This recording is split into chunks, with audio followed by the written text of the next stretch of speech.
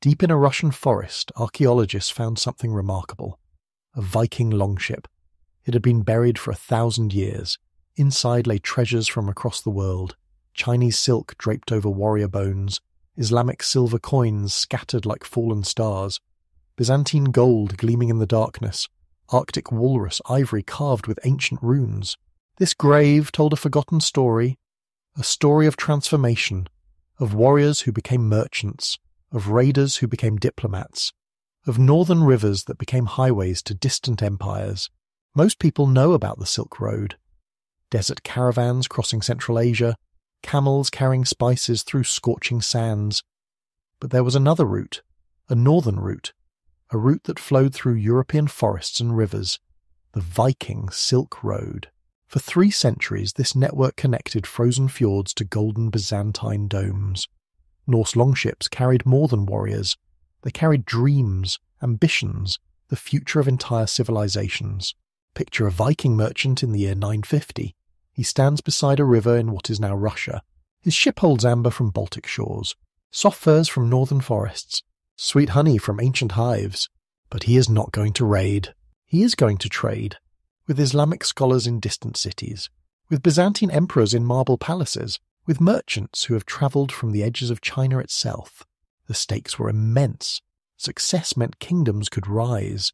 Great cities could flourish. Expeditions could sail to unknown lands. The silver flowing north would fund Viking voyages to Iceland, to Greenland, even to America. Failure meant isolation. While these northern traders became citizens of the medieval world, others remained trapped in local conflicts. The Vikings who mastered these routes served emperors. They married into royal families.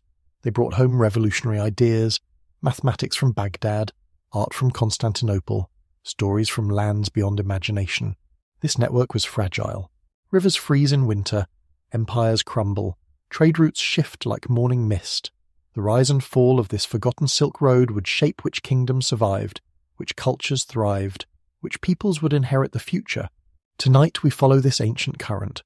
We drift down rivers where Viking oars once disturbed dark water. We visit trading posts where amber bought silk. We witness the transformation of an entire civilization, from raiders to merchants, from isolation to connection with the wider world. The transformation began in the 8th century. Scandinavia was changing. Too many people, too little land. Young warriors looked across the water and saw opportunity. But they also saw something else. They saw rivers leading inland, rivers that promised more than coastal raids could ever deliver. In Norway, Denmark and Sweden, traditional societies were fracturing. Old kings died. New ones fought for power. Young men had few choices. They could serve local lords in endless feuds, or they could sail beyond the horizon. Most chose the sea. The first expeditions followed familiar patterns. Viking longships swept down upon coastal settlements.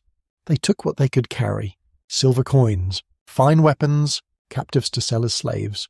But some warriors noticed something interesting. The farther east they sailed, the more silver they found. This silver came from somewhere inland, somewhere beyond the coastal towns. A few curious captains began following rivers. The Neva River led from the Baltic Sea into vast forests. Here lived peoples the Norse called Slavs. These tribes had amber, furs, honey, but most importantly they had silver. Silver coins marked with strange Arabic writing. Silver that had travelled impossible distances to reach these northern forests. The Vikings asked questions. Where did this silver come from? The Slavs pointed south, down the great rivers, to lands where the silver flowed like water, to cities built of marble and gold, to empires that paid fantastic prices for northern goods. Some Vikings returned home with stories, but others stayed. They learned Slavic languages. They studied the river systems. They discovered something remarkable. These waterways connected. The Volga River flowed south to the Caspian Sea. The Dnieper led to the Black Sea. The Don River offered another route south. All paths led toward the source of that mysterious silver. This was the moment when raiders realized trade could surpass warfare. A single successful trading expedition could yield more silver than a dozen bloody raids. More importantly, merchants could return to the same places year after year. Raiders burned bridges. Traders built them. The geography itself called to them. Northern Europe was a network of rivers and lakes. The Baltic Sea connected to dozens of waterways. Vikings had always been masters of water. Their longships could sail oceans and navigate shallow streams, perfect vessels for this new kind of expedition. The great river systems became their highways. The Volga was the longest.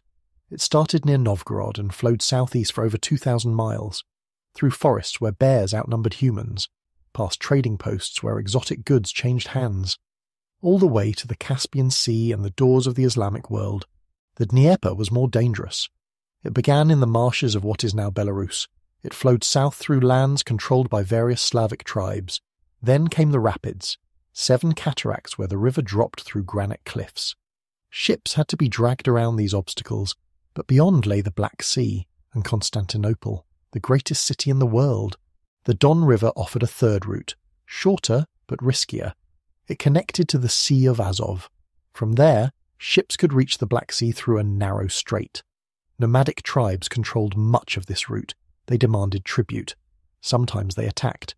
But traders who survived could reach Byzantine markets weeks faster than those taking other routes. Viking shipbuilders adapted their designs for river travel. Ocean longships were too wide for narrow streams. River vessels needed to be smaller, lighter, easier to carry around obstacles.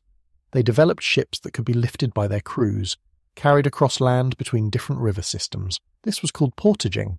The art of portaging became crucial. Between major river systems lay stretches of land, sometimes just a few miles, sometimes much farther. Viking crews would unload their ships, carry both cargo and vessel across these barriers, then reload and continue downstream. It was back-breaking work, but it connected distant waterways, created a transportation network spanning continents. Seasonal patterns emerged. Spring melting filled the rivers with rushing water, perfect for carrying loaded ships downstream towards southern markets. Summer brought stable water levels, good for careful navigation through dangerous passages. Autumn was the time to return north, loaded with foreign treasures. Winter meant waiting, planning the next year's expedition. Some traders established permanent camps, places to store goods through winter, bases for organizing expeditions. These camps grew into settlements. Settlements became towns. Towns became the foundations of future kingdoms. The most important settlement was Novgorod. It controlled the northern end of the river network. Here the Volkhov River connected Lake Ilmen to the Baltic Sea. Swedish Vikings established a trading post. They called it Holmgard. The Slavs called it Novgorod, Newtown. From here, traders could reach any river system in Eastern Europe. Legend tells of a Viking chief named Rurik. The story says Slavic tribes invited him to rule them. They were tired of fighting each other. They wanted a strong leader, someone who could bring peace and prosperity. Rurik accepted. He established himself in Novgorod around 862. Whether this story is true matters less than what it represents. The merging of Norse ambition with Slavic resources. Rurik's successors expanded southward. They followed the Dnieper River toward its mouth. Along the way, they encountered more Slavic settlements. Some resisted. Others welcomed these organized warriors turned merchants. The Vikings offered protection, military leadership, access to international trade networks. In return, they received tribute, loyalty, partnership in commercial ventures. The greatest prize lay where the Dnieper approached the Black Sea. Here stood an ancient settlement called Kiev. It commanded the river passage, controlled access to Byzantine territory. Around 880, a Viking leader named Oleg captured Kiev. He made it his capital. From here, he could control both the northern forests and the southern trade routes. Kiev became the mother of Rus cities. The term Rus itself evolved from these Viking traders. Some say it comes from the Finnish word rutsi, meaning rowers. Others trace it to Old Norse words for crew or expedition. The name stuck. It spread to describe not just the Viking traders, but the entire network of peoples they encountered. Eventually it would give its name to Russia itself. The culture that emerged was neither purely Norse nor purely Slavic. It was something new. Vikings brought organizational skills, military techniques, knowledge of distant lands. Slavs contributed local knowledge, agricultural expertise, connections with other trade networks. Together they created a hybrid civilization. This new society spoke multiple languages: Norse for command and commerce, Slavic for daily life, Arabic for dealing with Islamic merchants. They worshipped various gods, Thor and Odin alongside Slavic deities. They adapted to local conditions while maintaining connections to their Scandinavian homeland. The transformation was remarkable. Within a few generations, Vikings in Eastern Europe were building stone fortresses instead of wooden halls. They were collecting taxes instead of plunder. They were negotiating treaties instead of simply taking what they wanted. The hunger for silver had evolved into something much more sophisticated, a desire to control the very sources of wealth. By the year 900, the Viking Silk Road was becoming reality. Northern forests connected to southern seas. Scandinavian amber reached Islamic markets. Byzantine silk found its way to Norwegian halls. The age of casual raiding was ending. The age of international commerce was beginning. This was the moment when Viking raiders realized that one successful trade expedition could yield more wealth than a dozen raids. Not just silver and gold, but knowledge, connections, the foundations of lasting power. They were transforming from temporary visitors into permanent residents, from destroyers into builders, from raiders into the merchant princes of medieval Europe. By the year 900, 3 great waterways had become the lifelines of Viking commerce. Each river told a different story, each led to different treasures, each demanded different sacrifices from those brave enough to follow them into the unknown. The Volga was the longest. The Dnieper was the most dangerous. The Don was the shortest but perhaps the most unpredictable. Together, these rivers formed the backbone of the Northern Silk Road. They carried Viking dreams southward and brought the wealth of distant empires flowing north. The Volga route, path to the Islamic world. The journey began in Novgorod. Here Viking merchants gathered each spring as ice melted from the rivers.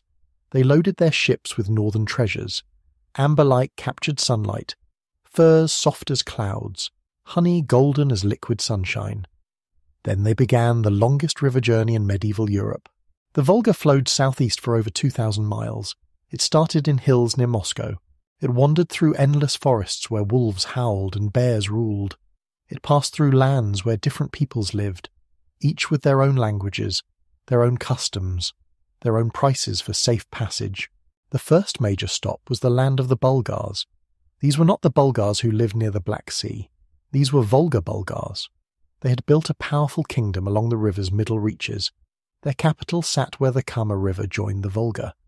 Here stood a great marketplace, a crossroads of civilizations. The Bulgars were Muslim. They had converted to Islam in the early 900s. This conversion was partly political. The Abbasid Caliphate in Baghdad offered trade privileges to Muslim allies. The Bulgar Khan saw opportunity. He declared his people followers of Allah. Suddenly Islamic merchants trusted them more. Trade flourished. Viking traders had to navigate this religious landscape carefully. They were pagans. They worshipped Thor and Odin. But they needed passage through Bulgar territory. So they learned diplomacy. They paid tribute. They showed respect for Islamic customs. Some even pretended to convert when it helped business. The Bulgars became essential middlemen. They understood both Norse and Islamic cultures. They spoke multiple languages. They knew the value of different goods in different markets. They took their percentage. But they also made trade possible between peoples who might otherwise have fought. South of Bulgar territory lay the Khazar Khaganate. This was one of the most unusual kingdoms of the medieval world. The Khazars were a Turkic people, but their ruling class had converted to Judaism. They were the only major Jewish kingdom between ancient Israel and modern times. The Khazar capital was called Itil. It sat near where the Volga reached the Caspian Sea. Itil was a cosmopolitan city. Jews, Muslims, Christians and pagans all lived there. The Khazar Khagan allowed religious freedom. He wanted trade, not religious war. This tolerance made Itil a perfect hub for international commerce. Viking merchants found the Khazars to be valuable partners. The Khazars controlled access to the Caspian Sea. Beyond that sea lay Persia, Central Asia, the edges of the Islamic world. Khazar merchants had connections everywhere. They could arrange deals that individual Vikings could never manage alone. In Itil's markets, Viking amber met Persian silk. Norse furs traded for Khazar silver. Scandinavian iron exchanged for Central Asian spices. The profits were enormous. A pound of amber bought in the Baltic could purchase several pounds of silver in Khazar markets. That silver could buy luxury goods worth even more back in Scandinavia. But the real treasure was the silver itself. Islamic mines produced millions of silver coins. These dirhams flowed north like a silver river. They piled up in Viking treasure hoards. They funded expeditions to Iceland and Greenland. They paid for the ships that would eventually reach America. One Islamic writer left us a detailed account of these Viking traders. His name was Ahmad ibn Fadlan. He was a diplomat and scholar from Baghdad. In 921 he travelled north on a mission to the Bulgars. Along the way he encountered a group of Viking merchants. Ibn Fadlan was fascinated and horrified by what he saw. He described the Vikings as the filthiest people he had ever met. They shared washing water. They combed their hair with the same instruments they used for other purposes. Their personal hygiene shocked this refined Islamic gentleman, but Ibn Fadlan also admired their physique and their trading skills. He wrote that they were perfect physical specimens and shrewd merchants. He described their ships loaded with furs and amber. He watched them trade with Bulgar merchants. He saw how they adapted to local customs when it suited their purposes. Most famously, Ibn Fadlan witnessed a Viking funeral. A wealthy merchant had died during the expedition. His comrades held an elaborate ceremony. They burned his ship with his body and possessions. They sacrificed a slave girl to accompany him to Valhalla. Ibn Fadlan described every detail. His account remains one of the best sources for understanding Viking religious practices. The cultural exchange flowed both directions. Vikings learned Islamic mathematics. They discovered new navigation techniques. They tasted spices unknown in Scandinavia. Some learned Arabic to communicate better with merchants. A few even converted to Islam for business advantages. Islamic knowledge travelled north with the silver. Arab numerals reached Scandinavia. Geographic knowledge expanded Viking understanding of the world. Medical techniques saved lives on dangerous expeditions. Scientific instruments improved navigation accuracy.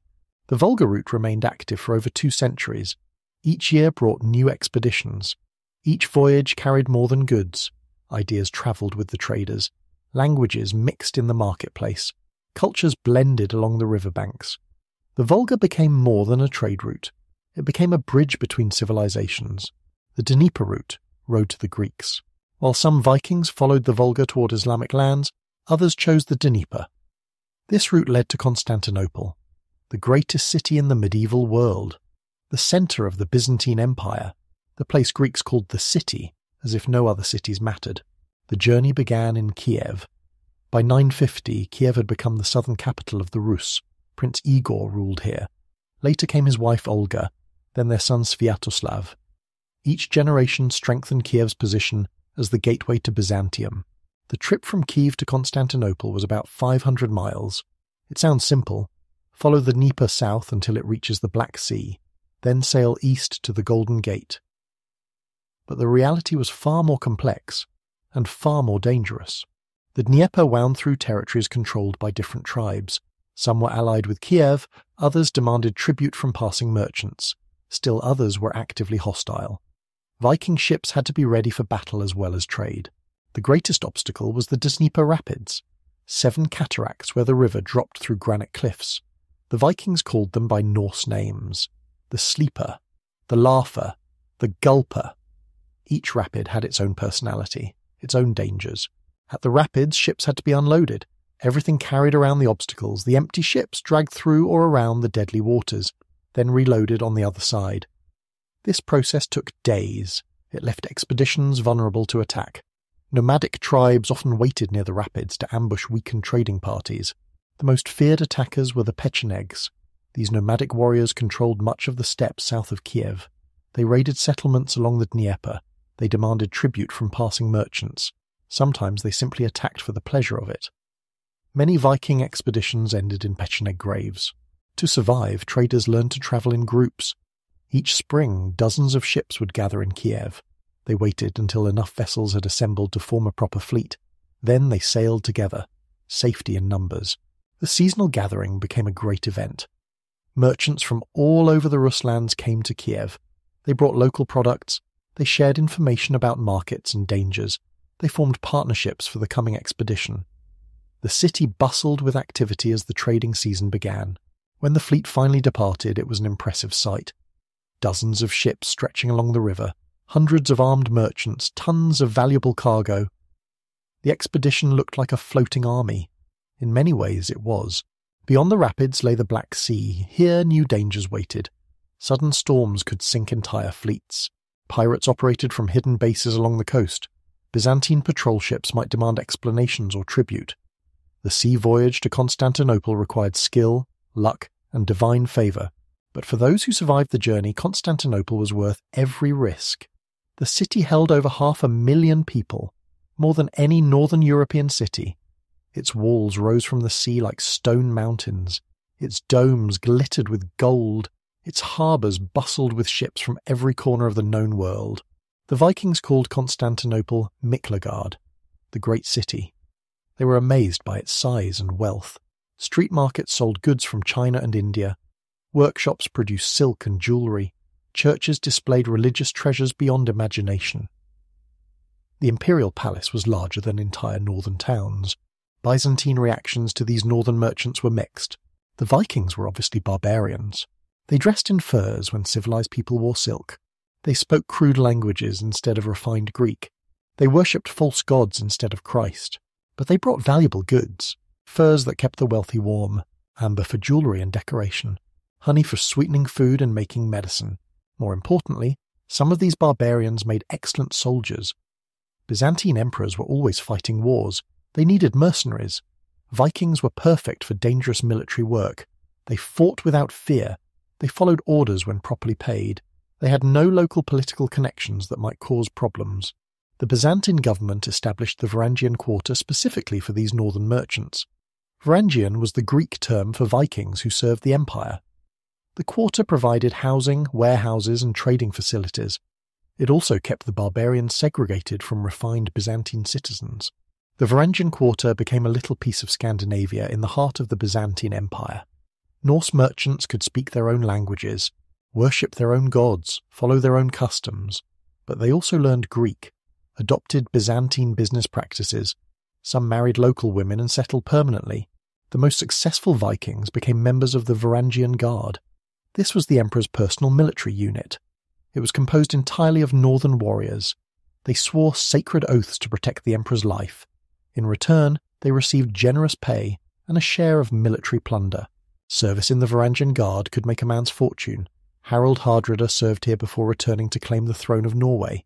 He accumulated so much wealth that he could afford to invade England in 1066. The gold he earned in Byzantine service paid for the ships and armies that fought at Stamford Bridge. The Dnieper route remained the primary connection between northern Europe and Byzantium for 2 centuries. It carried more than goods. Byzantine Christianity travelled north along this river. Orthodox missionaries reached Kiev. Princess Olga converted around 957. Her grandson Vladimir made Christianity the official religion of the Rus in 988. Greek architects came north to build stone churches. Byzantine artists taught icon painting. Orthodox theology influenced northern philosophy. The cultural exchange transformed both civilizations. The barbarous Vikings became the ancestors of Orthodox Russia. The refined Byzantines gained some northern vigour and practicality. The Don route, alternative pathway. The third great river road followed the Don. This route was shorter than the others. It could save weeks of travel time, but it was also more dangerous. The Don flowed through the heart of steppe country. Here nomadic tribes ruled supreme. The Don began near where Moscow would later stand. It flowed southeast through forest and grassland. Eventually it reached the Sea of Azov. This small sea connected to the Black Sea through the narrow Kerch Strait. From there, ships could reach Constantinople in just a few days. The journey down the Don required different skills than the other routes. The river was smaller, shallower. Ships had to be built specifically for Don navigation. They needed to draw less water, carry smaller loads, move faster when necessary. The real challenge was dealing with steppe peoples. The grasslands were home to various nomadic tribes: Magyars, Pechenegs, Cumans, and others. These peoples lived by herding animals and raiding settlements. They saw passing traders as opportunities rather than partners. Some nomads were willing to negotiate. They would provide safe passage in exchange for tribute, a percentage of the cargo, weapons or other valuable items. These deals could be expensive, but they were cheaper than fighting. Other tribes simply attacked. They would sweep down on river expeditions like wolves on sheep. They took everything worth taking. They killed or enslaved the survivors. The Don route was littered with the bones of unsuccessful merchants. Despite these dangers, the Don route remained popular during times of political upheaval. When the Volga route was blocked by war, when the Dnieper passage became too dangerous, when speed mattered more than safety, desperate or ambitious traders would risk the Don.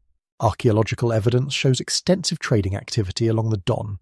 Excavations have uncovered Viking artifacts mixed with steppe nomad possessions, Scandinavian weapons in nomadic graves, steppe jewellery in Rus settlements.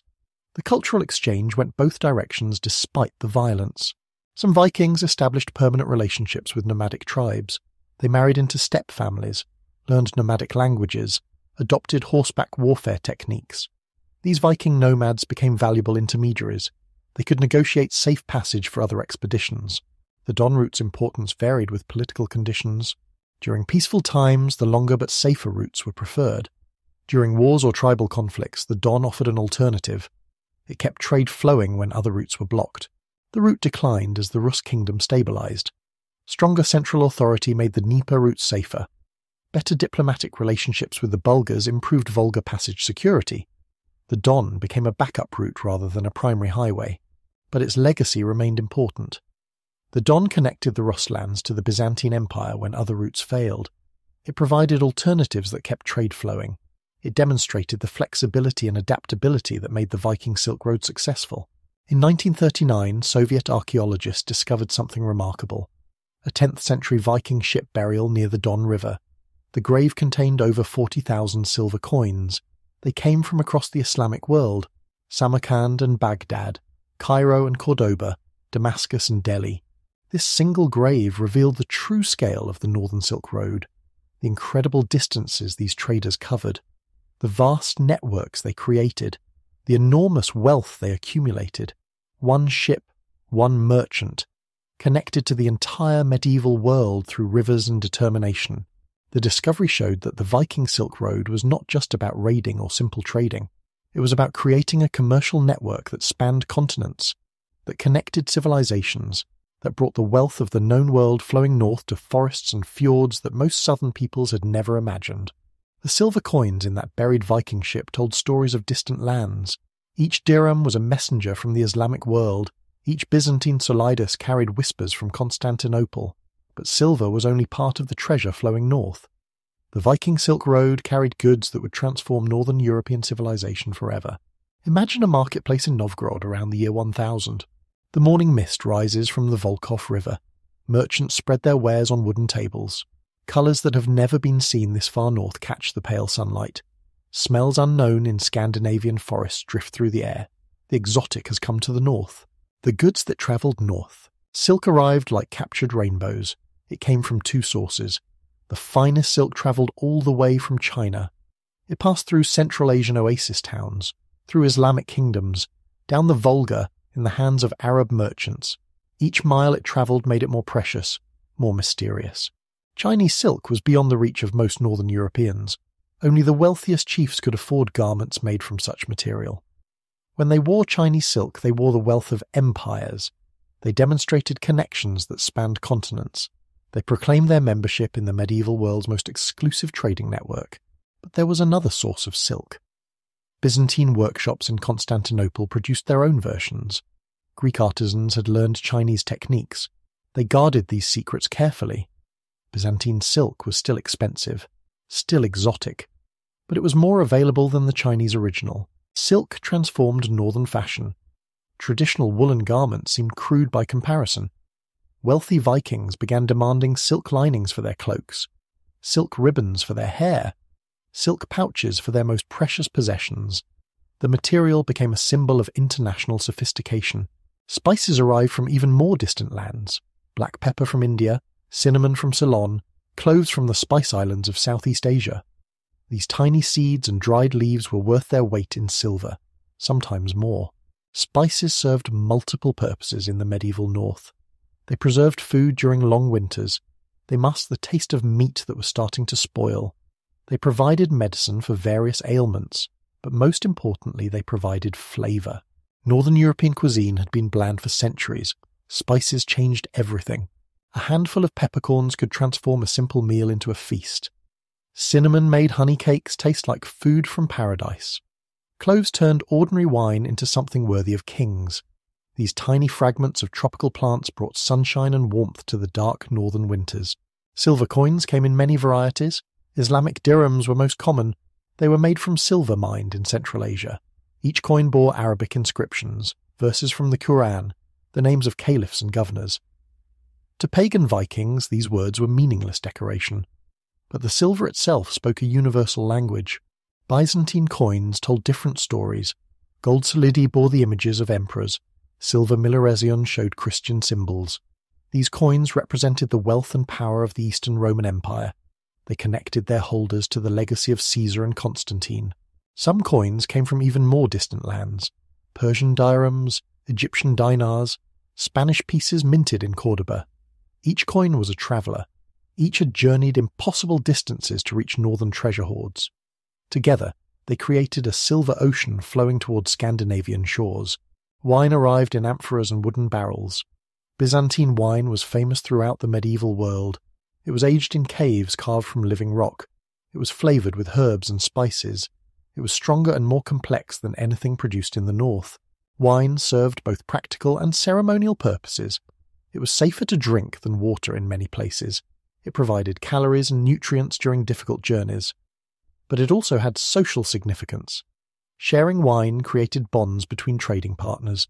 It sealed agreements. It celebrated successful negotiations. Fine metalwork came from Constantinople's workshops. Byzantine craftsmen were masters of their trades. They created jewellery that seemed to capture light itself. Gold necklaces with intricate patterns. Silver bracelets set with precious stones. Bronze cups decorated with religious scenes. These metal objects were more than decoration. They were investments, portable wealth that could be converted to cash in any market. They were diplomatic gifts that could open doors and create alliances.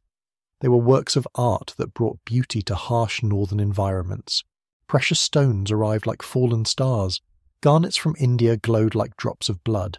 Sapphires from Ceylon sparkled like pieces of sky. Pearls from the Persian Gulf gleamed like trapped moonlight. These gems had travelled farther than most humans would ever journey. Northern craftsmen learned to work with these exotic materials. They set garnets in sword hilts. They used sapphires to decorate religious objects. They strung pearls into necklaces that rivaled Byzantine court jewellery. The gems became symbols of the North's growing sophistication. Religious artifacts flowed both directions along the trade routes. Islamic merchants brought prayer beads and Quran fragments. Byzantine traders carried icons and religious manuscripts. These objects served as curiosities more than spiritual guides. But they exposed northern Europeans to world religions and philosophies. Books were perhaps the most transformative cargo.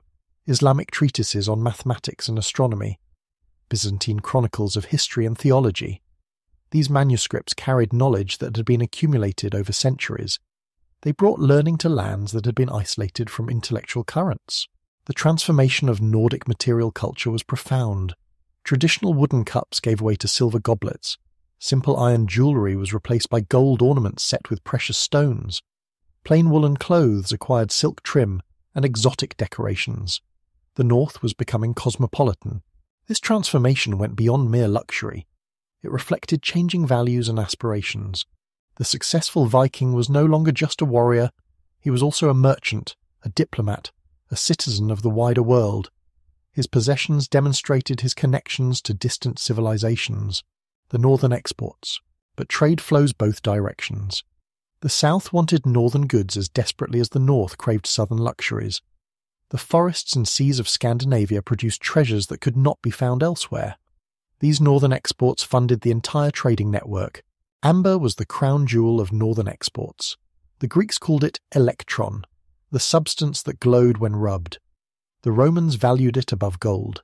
Islamic merchants called it northern gold and paid fantastic prices for high-quality pieces.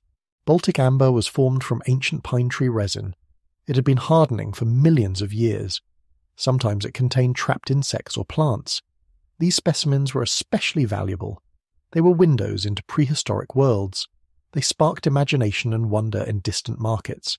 Amber was more than decoration. Medieval people believed it had magical properties. It could cure diseases. It could protect against evil spirits. It could bring good luck to those who wore it. Whether these beliefs were true mattered less than the fact that people believed them. Belief created demand. Demand created value. The amber trade required skill and knowledge. Collectors knew which beaches produced the best specimens. They understood seasonal patterns of storms that washed amber ashore. They could distinguish between different types and grades. The best amber merchants were part geologist, part artist, part fortune hunter. Furs from northern forests were equally precious. The cold climate produced animals with thick, luxurious pelts. Sable from Siberian forests was the finest fur in the world. A single sable pelt could buy a horse. A coat made from sable pelts could purchase a ship. Fox furs came in many varieties. Arctic foxes produced pure white winter coats. Red foxes offered brilliant orange pelts. Silver foxes were rarest of all. Their grey-black fur was so valuable that a single pelt could support a family for months. Beaver pelts had practical as well as luxury value. Beaver fur was waterproof. It made excellent hats and cloaks for travellers.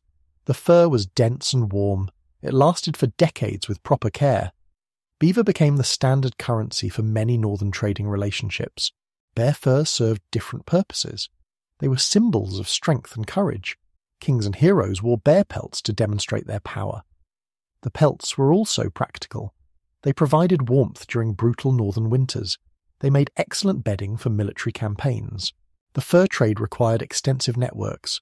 Trappers worked deep in the forests. They followed animal migration patterns. They understood seasonal variations in pelt quality. They risked their lives to bring furs to market. Many never returned from the wilderness. Honey and beeswax came from forest hives. Wild bees produced honey that was purer and more flavourful than anything from cultivated hives. Northern honey had distinctive qualities. It contained pollen from flowers that grew nowhere else. It had flavours that could not be replicated in other climates. Honey served multiple purposes in the medieval world. It was the primary sweetener before sugar became available. It was used to make mead, the drink of warriors and heroes. It was medicine for wounds and illnesses. It was a preservative that could keep food edible for months. Beeswax was equally valuable. It made the best candles available in the medieval world. Beeswax candles burned brighter and cleaner than tallow alternatives. They lasted longer and smelled better. Churches and palaces paid premium prices for high-quality beeswax. The honey trade connected northern forests to southern markets in unexpected ways. Islamic scholars used beeswax for manuscripts. Byzantine churches needed candles for religious ceremonies. Spanish nobles wanted mead for their feasts. Northern bees indirectly participated in the global economy. Walrus ivory came from the Arctic Ocean. Vikings mounted expeditions to the edges of the known world to hunt these massive sea mammals. Walrus hunting was dangerous work. The animals were huge and aggressive. The seas were treacherous. Many hunting expeditions ended in disaster, but walrus ivory was worth the risk. It was harder than elephant ivory. It carved more cleanly. It was whiter and more durable. Islamic craftsmen preferred it for creating intricate decorative objects. Byzantine artists used it for religious carvings. The tusks were literally worth more than their weight in silver. Walrus ivory connected the Arctic to the tropics through trade. A tusk harvested from icy northern seas might end up as decoration in a Baghdad palace. A carved walrus ivory chess piece might entertain nobles in Constantinople. The Arctic became part of the global luxury market. Iron and other metals from Scandinavian mines were essential exports. Northern iron was high quality. It contained fewer impurities than iron from most other sources. It forged into superior weapons and tools. Medieval armies depended on Scandinavian iron for their equipment. Copper and tin were also valuable exports. These metals were essential for making bronze. Bronze was used for everything from cooking pots to church bells. Northern mines produced metals that were shipped across Europe and beyond. The mining trade was dangerous and difficult. Miners worked in dark tunnels. They faced constant risks of cave-ins and flooding. They extracted ore by hand with primitive tools, but the profits made the risks worthwhile. Good ore could make a mine owner wealthy beyond imagination. Slaves were perhaps the most controversial export. Vikings captured people during raids and sold them in southern markets. This human traffic was a significant part of the northern economy. It was also morally problematic even by medieval standards. The ethics of the slave trade troubled some Viking merchants. They were dealing in human misery. They were separating families and destroying lives. Some traders avoided the slave business entirely. Others justified it as part of warfare and conquest. The economics of slavery were complex. Slaves provided labour for agricultural work. They served as domestic servants in wealthy households. They were status symbols that demonstrated their owners' power and wealth. The slave trade connected northern warfare to southern economic systems. Many slaves eventually gained their freedom. Some were ransomed by their families. Others earned manumission through faithful service. A few became successful merchants or craftsmen themselves. The slave trade was cruel, but it was not necessarily permanent. The northern exports created wealth that funded exploration and expansion. Amber and furs paid for ships that reached Iceland. Walrus ivory funded expeditions to Greenland. Silver earned from slave trading helped finance the voyages that reached America. The northern exports made the Viking Age possible. Trading centres and market towns. The goods flowing north and south created cities. Trading posts grew into towns. Towns became centres of commerce and culture. Each major city along the Viking Silk Road developed its own character and specialties. Novgorod was the northern terminus. The great city stood where the Volkhov River flowed from Lake Ilmen toward the Baltic Sea. From here all the river routes began. Here northern exports were gathered for southern markets. Here southern goods were distributed throughout Scandinavia and northern Europe. Novgorod was unique among medieval cities. It developed as a merchant republic. The citizens elected their own leaders. They made decisions by popular assembly. They valued commerce over conquest. They preferred negotiation to warfare. Novgorod became the medieval world's most successful example of commercial democracy. The city's wealth was legendary. Its churches were decorated with gold and silver. Its merchants wore silk and precious stones. Its markets offered goods from every corner of the known world. Visiting foreign merchants were amazed by the city's prosperity and sophistication. Novgorod's merchant families became incredibly wealthy. They owned ships and warehouses. They had trading partnerships across Europe and Asia. They lived in wooden palaces that rivaled the homes of kings. Some families maintained commercial networks for generations. The city developed its own culture. Novgorodian merchants spoke multiple languages. They understood foreign customs and currencies. They could negotiate in Byzantine Greek, Islamic Arabic, and various Slavic dialects. They were cosmopolitan in ways that most medieval people could never imagine. Smolensk controlled the gateway between river systems. The city stood where portages connected the Dnieper to the Volga drainage. Here, merchants decided which route to take south. Here, they transferred goods between different types of ships. Here, they formed partnerships for dangerous journeys. Smolensk's strategic location made it wealthy and important. The city could control access to both major trading routes. It could demand tribute from passing merchants. It could regulate the flow of goods between north and south. This power made Smolensk's princes among the richest in the Rus lands. The city developed specialized services for traveling merchants. Shipbuilders created vessels designed for specific river routes. Guides offered their knowledge of dangerous passages. Money changers exchanged different currencies. Innkeepers provided food and shelter for foreign traders. Kiev was the mother of Rus cities. It controlled the middle Dnieper River. From here, princes ruled territories that stretched from the Baltic to the Black Sea. Kiev was both a political capital and a commercial centre. It was the heart of the emerging Rus civilization. The city's location was perfect for trade. It stood on high bluffs overlooking the Dnieper.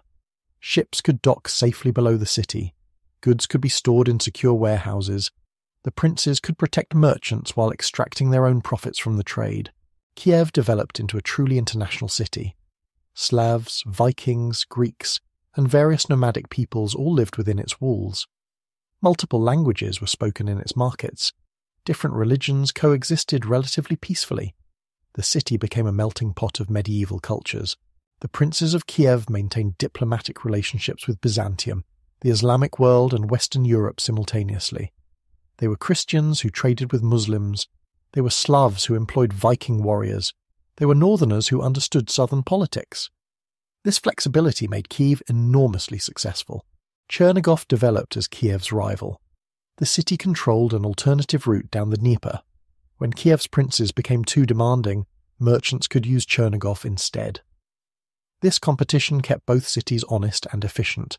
Chernigov specialized in certain types of trade. It became a center for fur processing and leatherworking. It developed expertise in metalworking and jewelry production. The city found its niche in the broader trading network. The rivalry between Kiev and Chernigov was usually peaceful. Both cities benefited from the overall growth in trade. Competition improved services and reduced costs. Merchants could choose the city that best served their particular needs. Staraya Ladoga was where it all began. This small city near the Baltic Sea was the first major Viking trading post in the east. Archaeological excavations have revealed layers of history stretching back to the 8th century. The archaeological evidence from Staraya Ladoga tells the story of the Viking Silk Road. Islamic coins appear in layers from the 9th century. Byzantine artifacts show up in 10th century deposits. The city's graves contain goods from across the medieval world. Modern archaeologists have found workshops where amber was processed, forges where iron was worked, warehouses where goods were stored. The physical evidence confirms what written sources only hint at. Staraya Ladoga was a truly international trading centre. Hedeby connected the eastern routes to Western European networks. This city in modern Denmark served as a hub where Baltic traders met merchants from Germany, France, and Britain. Hedeby made the Viking Silk Road part of a truly global medieval economy. The city's markets offered goods from everywhere. Irish gold met Islamic silver. Frankish wine encountered Rus honey. British wool traded for Chinese silk. Hedeby demonstrated that medieval commerce was already creating global connections. The seasonal rhythms of medieval commerce shaped all these cities. Spring brought the melting of ice and the opening of river routes. Summer was the main trading season when expeditions departed and returned. Autumn was for final preparations before winter. Winter was for planning next year's ventures. Each season had its own character. Spring was a time of optimism and preparation. Summer brought excitement and opportunity. Autumn carried the satisfaction of successful ventures or the disappointment of failed expeditions. Winter was for counting profits and planning improvements. The cities adapted to these seasonal patterns. Markets expanded in summer and contracted in winter. Workshops increased production before trading seasons began. Warehouses filled with goods waiting for favourable travelling conditions. The entire urban rhythm followed the patterns of long-distance commerce. By the year 1000, something remarkable had happened. A Viking merchant's daughter in Novgorod could wear Chinese silk bought with Greenlandic walrus ivory. Her jewellery might contain garnets from India set in silver from Central Asia. Her food might be sweetened with honey from northern forests and spiced with pepper from tropical islands. This young woman had never travelled more than a few miles from her birthplace, but through commerce the entire world had come to her. Arctic ivory had paid for her tropical silk. Northern amber had purchased southern spices. The Viking Silk Road had connected the edges of the earth through the dreams and determination of medieval merchants. The silk and silver flowing through those medieval markets carried more than value. They carried promises, agreements between distant rulers, treaties written in languages that few could read. Behind every successful trade expedition lay careful diplomacy. And when diplomacy failed, there was always the sword. The Viking Silk Road was not just about merchants and goods. It was about power, politics, the delicate balance between cooperation and conflict that determined which routes stayed open, which cities prospered, which kingdoms survived. Trade created wealth, but wealth attracted enemies. Every successful merchant became a target for raiders. Every prosperous city tempted ambitious neighbours. The northern routes needed protection. They needed laws. They needed relationships that could survive the storms of medieval politics. The Viking embassy to Constantinople. In the summer of 907, an extraordinary fleet appeared before Constantinople. Over 2,000 ships filled the harbour. Their sails bore the raven banners of the Rus. Their crews sang northern war songs that echoed off the city's marble walls. At their head sailed Prince Oleg of Kiev. The Byzantine Emperor Leo VI watched from his palace walls. He had never seen such a fleet. These northern barbarians had brought an army to the gates of the greatest city in the world, but they had not come to raid. They had come to negotiate. Prince Oleg had a message for the emperor. The northern routes needed formal recognition. Rus merchants needed legal protection in Byzantine markets. Trading agreements needed imperial approval. The age of casual commerce was ending. The age of diplomatic trade was beginning. The negotiations lasted for weeks. Byzantine officials spoke in formal Greek. Rus diplomats replied through translators. Each side tested the other's resolve. Each side sought maximum advantage. The future of northern trade hung in the balance. The final agreement was revolutionary. The Treaty of 907 gave Rus merchants unprecedented privileges. They could trade in Constantinople without paying duties. They could stay in the Varangian Quarter at imperial expense. They could receive supplies and ship repairs at government cost. In return, the Rus promised to respect Byzantine sovereignty. Their merchants would follow local laws. Their ships would anchor only in designated areas. They would not interfere in imperial politics. Trade would be peaceful and orderly. The treaty was more than a commercial agreement. It was recognition that the northern barbarians had become a civilized power. The Byzantine Empire acknowledged the Rus as equals. The Vikings had achieved something unprecedented: diplomatic respectability. 4 years later, another embassy sailed south. This time the mission was even more formal. Byzantine and Rus diplomats had been working out details. Legal problems had arisen. New agreements were needed to keep trade flowing smoothly. The Treaty of 911 was even more comprehensive. It established formal diplomatic relations between Kiev and Constantinople. It created legal procedures for resolving disputes. It set standard prices for common trade goods. It even included provisions for returning runaway slaves. Most importantly, the treaty established mutual defense agreements. If Rus merchants were attacked in Byzantine territory, the empire would provide protection. If Byzantine traders faced problems in Rus lands, Kiev would intervene. The two powers had become allies as well as trading partners. The legal protections were revolutionary for their time. Medieval commerce usually operated without formal safeguards. Merchants relied on personal relationships and local customs. But the Byzantine-Rus treaties created international law. They established principles that would influence European diplomacy for centuries. The treaties also created cultural exchange programs. Byzantine scholars could visit Kiev. Rus students could study in Constantinople. Religious missions could travel both directions. The commercial relationship was becoming a cultural partnership. The story of Prince Oleg's campaign became legendary. According to the primary chronicle, Oleg hung his shield on the gates of Constantinople. This gesture symbolized victory without conquest. The northerners had achieved their goals through negotiation rather than warfare. The legend grew with each telling. Oleg had terrified the Greeks without spilling blood. He had secured favorable terms through demonstration of strength. He had proven that diplomacy backed by military power could achieve more than simple raiding. The diplomatic relationship deepened over generations. Rus princes married Byzantine princesses. Imperial officials visited northern courts. Orthodox priests travelled to Kiev and Novgorod. The trade routes became bridges between civilizations. Princess Olga's visit to Constantinople in 957 was a diplomatic triumph. She was received with full imperial honours. She attended court ceremonies. She toured the city's greatest churches. The barbarian princess was treated as an equal by the empress of the civilized world. Olga's conversion to Christianity during this visit had enormous significance. The grandmother of the future St. Vladimir had embraced the faith of Byzantium. Orthodox Christianity now had a foothold in the northern lands. The religious transformation of the Rus had begun. The diplomatic marriages created lasting bonds. When Rus princes married Byzantine noblewomen, they gained connections to imperial politics. Their children were bilingual and bicultural. They could serve as bridges between the two civilizations. Trade disputes were now resolved through established procedures. When Rus merchants complained about unfair treatment, diplomatic channels addressed the problems. When Byzantine officials had concerns about northern behaviour, they could raise them with Rus ambassadors. The system worked because both sides benefited from peaceful trade. The success of Byzantine-Rus diplomacy became a model for other relationships. The Volga Bulgars signed similar treaties. The Khazar Khaganate established formal agreements. Even nomadic tribes began negotiating rather than simply raiding. The northern routes were becoming civilized. The Varangian Guard, but diplomacy was not enough.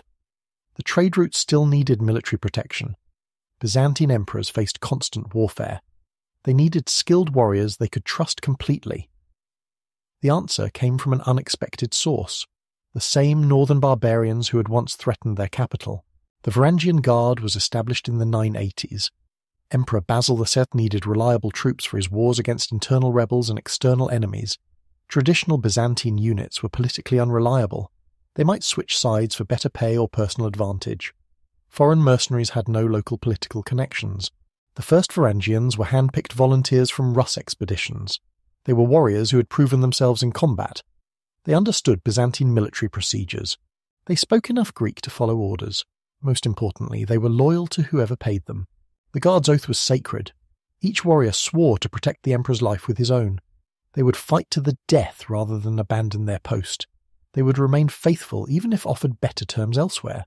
This oath was taken seriously by men who valued honour above life. Service in the Varangian Guard became the path to wealth and fame. The pay was excellent. The opportunities for plunder were substantial. The connections made in imperial service opened doors throughout the Byzantine world. Many northern warriors saw guard service as their route to success. The Guard's reputation grew with each campaign.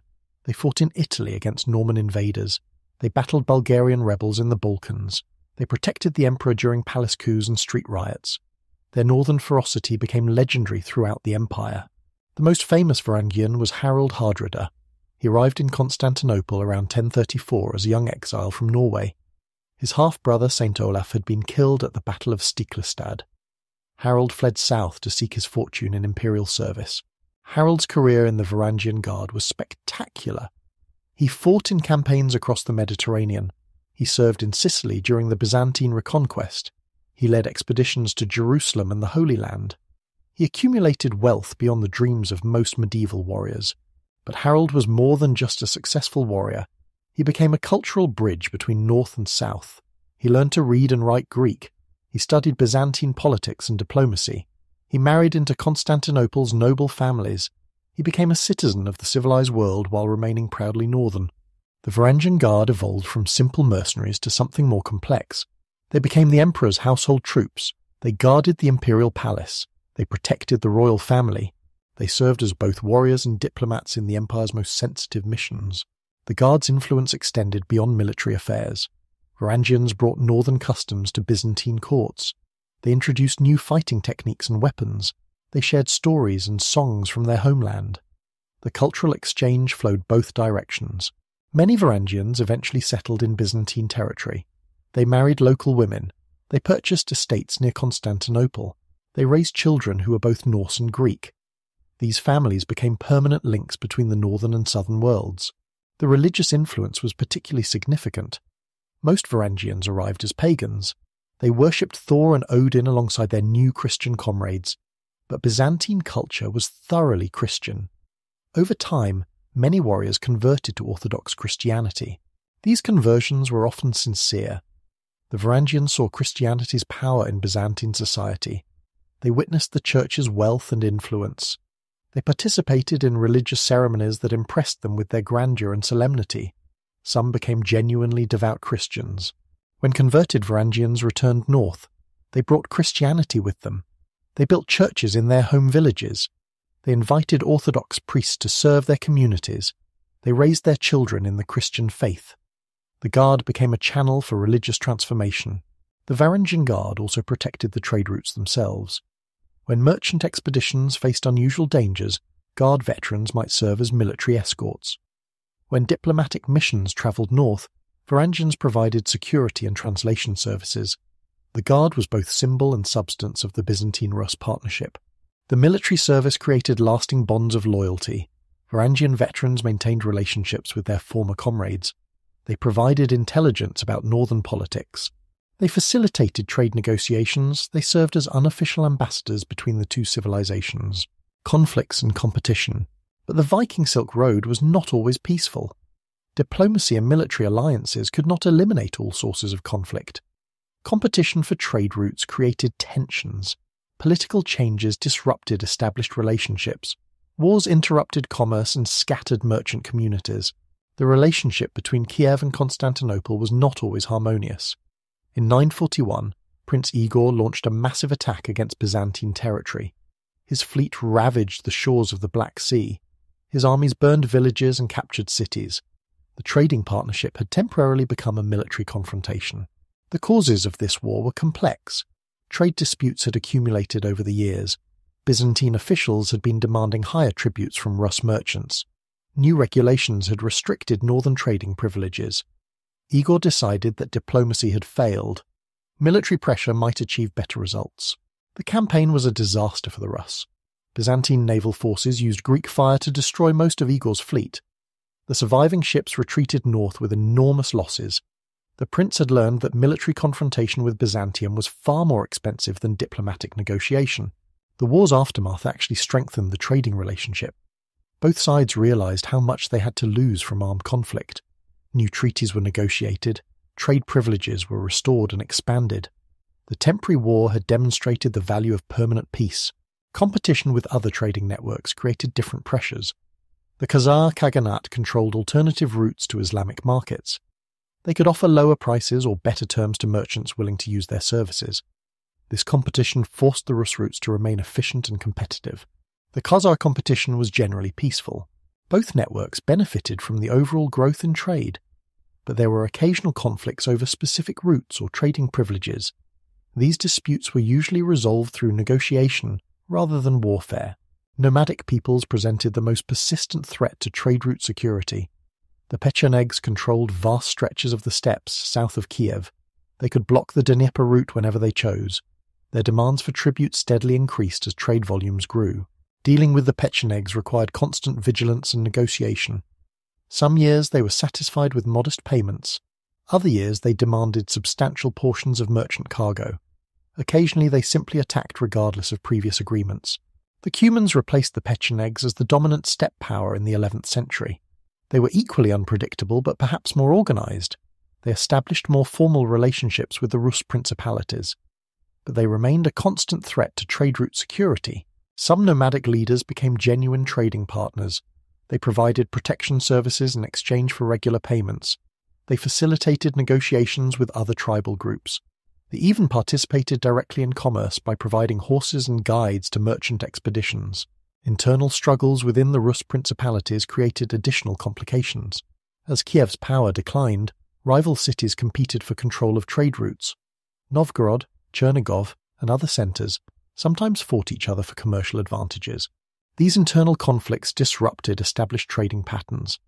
Merchants had to choose sides in political disputes. Trade routes became battlegrounds between competing armies. Commercial relationships were subordinated to political ambitions. The impact of warfare on commercial relationships was usually temporary but sometimes severe. A single military campaign could destroy years of careful diplomatic work. Trust that had taken decades to build could be shattered by a few months of conflict. But the underlying economic incentives for trade remained strong. Even during wartime, some commerce continued through neutral intermediaries. Peace negotiations usually included provisions for resuming normal trading relationships. The profits from peaceful trade were simply too substantial to abandon permanently. The most successful medieval rulers learned to balance military strength with diplomatic flexibility. They maintained armies capable of protecting their territories and trade routes, but they also invested in relationships that made military action unnecessary. The best leaders understood that merchants made better long-term allies than defeated enemies. By 1066, Harald Hardrada had become the richest king in Scandinavia. His treasure chests overflowed with Byzantine gold earned during his years as a Varangian guard. His connections to international trading networks gave him access to resources that other northern rulers could only imagine. The wealth he had accumulated in Constantinople funded his claim to the English throne, and paid for the ships and armies that crossed the North Sea to fight at Stamford Bridge. Harold's story represented the ultimate achievement of the Viking Silk Road. A northern warrior had travelled from Norway to Jerusalem in imperial service. He had accumulated enough wealth to challenge established kingdoms. He had gained the knowledge and connections to operate on the international stage. The trading routes had transformed a landless exile into one of the most powerful men in medieval Europe. The rivers that carried silk and silver had also carried dreams of transformation that reached from the Arctic Ocean to the Mediterranean Sea. Harald Hardrada's treasure chests contained more than gold and silver. Hidden among the Byzantine coins were rolled parchments covered with Greek letters. Tucked between silk garments were small books filled with mathematical symbols. Wrapped in Eastern textiles were instruments for measuring stars and calculating distances. The Viking Silk Road carried more than goods. It carried knowledge, ideas, the very thoughts that would reshape civilizations. The transformation was subtle at first.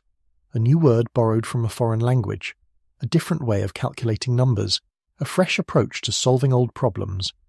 But over decades, these small changes accumulated. They became revolutions in how northern peoples understood their world. The rivers that carried longships also carried the invisible cargo of human wisdom. Islamic scholars in Baghdad had preserved Greek mathematics and added their own discoveries. Byzantine craftsmen had perfected techniques developed over centuries. Slavic peoples had adapted farming methods to northern conditions. All of this knowledge flowed northward with the merchant expeditions. The flow of ideas. In a monastery near Novgorod, a monk named Brother Joachim bent over a manuscript. He was copying Arabic numerals onto parchment. These strange symbols had arrived with the latest trading expedition from the Volga route. Islamic merchants had taught them to local scribes. Now northern scholars were learning a revolutionary way to write numbers. The old Roman numerals were clumsy for complex calculations. Adding MCML3 to DCCC7 required considerable skill and time. But these Arabic numerals made mathematics simple. 1963 plus 747 could be calculated quickly by anyone who understood the system. The new numbers came with new mathematical concepts. The idea of zero as a number rather than just empty space. Decimal fractions that allowed precise measurements. Algebraic methods for solving complex problems. These Islamic innovations reached Scandinavian monasteries and trading houses within decades of their development in Baghdad. Astronomy followed mathematics northward. Islamic scholars had built upon Greek knowledge to create accurate star charts and navigation tools. They understood the movements of planets and the changing seasons. They could predict eclipses and calculate the best times for long journeys. This astronomical knowledge was immediately practical for northern merchants. Better navigation meant safer voyages and more accurate arrival times. Understanding seasonal weather patterns helped expeditions avoid dangerous storms. Calculating distances between ports improved planning and provisioning. The astrolabe arrived in Novgorod around 980. This Islamic instrument could determine latitude by measuring star positions. Northern navigators had traditionally relied on landmark recognition and dead reckoning. The astrolabe gave them scientific precision. They could determine their position even in unfamiliar waters. Medicine flowed northward with the silver coins. Islamic physicians had preserved and expanded Greek medical knowledge. They understood anatomy, disease, and treatment methods unknown in northern Europe. Their medical texts described surgical procedures, herbal remedies, and diagnostic techniques. Northern healers eagerly adopted these new methods. Islamic treatments for common injuries and illnesses often proved superior to traditional remedies. The northern climate caused specific health problems that southern physicians had studied and addressed. Medical knowledge could save lives and reduce suffering. Byzantine artistic techniques travelled the Dnieper route to Kiev and beyond. Greek craftsmen had perfected the art of working with precious metals. They knew how to create intricate jewellery, decorated weapons, and religious objects. Their techniques for enamelling, filigree, and gem setting were unmatched in the medieval world. Northern artisans studied these Byzantine methods. They learned to create delicate gold work that rivaled Constantinople's finest pieces. They mastered techniques for setting precious stones securely and attractively. They developed their own variations on Byzantine themes. Icon painting arrived with Orthodox Christianity. Byzantine artists had created a distinctive style for religious artwork. Their icons were not mere decorations but windows into the spiritual world. The techniques for creating these sacred images required years of training and deep religious understanding. Northern painters studied under Byzantine masters. They learned to prepare wooden panels properly. They mastered the complex process of applying gold leaf backgrounds. They studied the theological significance of different artistic elements. Icon painting became a bridge between Nordic and Byzantine spiritual traditions. Religious ideas travelled both directions along the trade routes. Orthodox Christianity moved north from Byzantium, but northern spiritual concepts also influenced southern thinking. The Viking emphasis on personal honour and loyalty found echoes in Christian knightly ideals. Some Islamic concepts reached Scandinavia through trade contacts. The idea of pilgrimage to holy sites appealed to northern peoples who had always valued long journeys. Islamic architectural features appeared in northern buildings. The geometric patterns common in Islamic art influenced Nordic decorative styles. Linguistic borrowing created a rich mixture of languages along the trade routes. Old Norse words entered Slavic languages. Slavic terms became common in Scandinavian trading communities. Greek and Arabic words appeared in the vocabularies of merchants who dealt with southern partners. The word silk itself travelled from Chinese through Persian and Arabic into Old Norse as silky. The term for spice came from Latin through Byzantine Greek into Slavic and then Norse. Silver originated in a Germanic root but acquired new meanings through contact with Arabic monetary systems. The development of the Cyrillic script showed how cultural exchange could create entirely new systems. Two Byzantine missionaries, Saints Cyril and Methodius, needed a way to write Slavic languages. They adapted Greek letters but added new symbols for Slavic sounds that did not exist in Greek. This new script spread throughout the Slavic world. It allowed Slavic peoples to develop their own written literature. Religious texts could be translated into local languages. Legal documents could be recorded in script that accurately represented spoken words. The Cyrillic alphabet became a foundation for Slavic civilization. Navigation techniques improved dramatically through cultural exchange. Islamic sailors had developed the magnetic compass and sophisticated charts. Byzantine navigators understood coastal sailing and harbour approaches. Northern seafarers knew how to handle ships in rough weather and icy conditions. Combining these different traditions created superior navigation methods. Northern captains learned to use Islamic instruments with Byzantine charts, while applying their own weather knowledge. The result was safer, more accurate, and more efficient sea travel. Mathematical knowledge exchange was particularly significant in trade applications. Islamic merchants had developed sophisticated accounting methods. They understood credit systems, currency exchange, and international finance. They could calculate complex profit margins across multiple transactions. Northern traders adopted these mathematical techniques. They learned to keep detailed records of their transactions. They developed credit relationships with distant partners.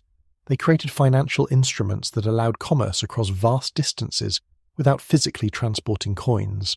Material culture revolution. The most visible changes appeared in daily life. By the year 1000, wealthy Scandinavians looked completely different from their ancestors. Their clothing combined northern practicality with southern luxury. Their jewellery mixed local amber with imported precious stones. Their homes contained objects that would have seemed magical to earlier generations. Silk transformed northern fashion. Traditional woolen garments remained practical for cold weather, but silk linings made them more comfortable. Silk trim added elegance to simple designs. Silk scarves and ribbons became symbols of wealth and sophistication. Women's clothing showed the most dramatic changes. Wealthy ladies wore silk underdresses beneath their woolen outer garments. They decorated their hair with silk ribbons imported from Byzantium or China. Their jewellery combined Scandinavian amber with Islamic silver and Byzantine gold. Men's fashion evolved more slowly but still showed southern influence. Silk was used for shirt linings and belt decorations. Imported dyes created colours unknown in traditional northern textiles. Southern-style cloaks appeared alongside traditional Nordic designs. Jewellery design underwent a complete revolution. Traditional Nordic brooches and arm rings continued to be worn, but they were now decorated with imported precious stones. Islamic glass beads appeared in Scandinavian necklaces. Byzantine enamelling techniques enhanced local metalwork. The most dramatic changes appeared in women's jewellery. Elaborate necklaces combined amber beads with Islamic glass and Byzantine gold. Brooches mixed traditional Nordic animal designs with southern geometric patterns. Earrings adopted Byzantine styles but used northern materials. Building techniques evolved to accommodate new materials and ideas. Traditional Scandinavian architecture relied heavily on wood, but contact with stone-building cultures introduced new possibilities. Churches began incorporating Byzantine architectural elements. Wealthy homes adopted southern decorative features. The first stone churches in Scandinavia showed clear Byzantine influence. They used the traditional cross-shaped floor plan developed in Constantinople. Their windows were designed to display religious icons imported from the south. Their altar areas incorporated marble and other southern materials. Domestic architecture changed more gradually. Wealthy merchant families built larger homes with separate rooms for different activities. They added storage areas for exotic trade goods. They created reception rooms suitable for entertaining foreign visitors. Food and cooking methods underwent dramatic transformation.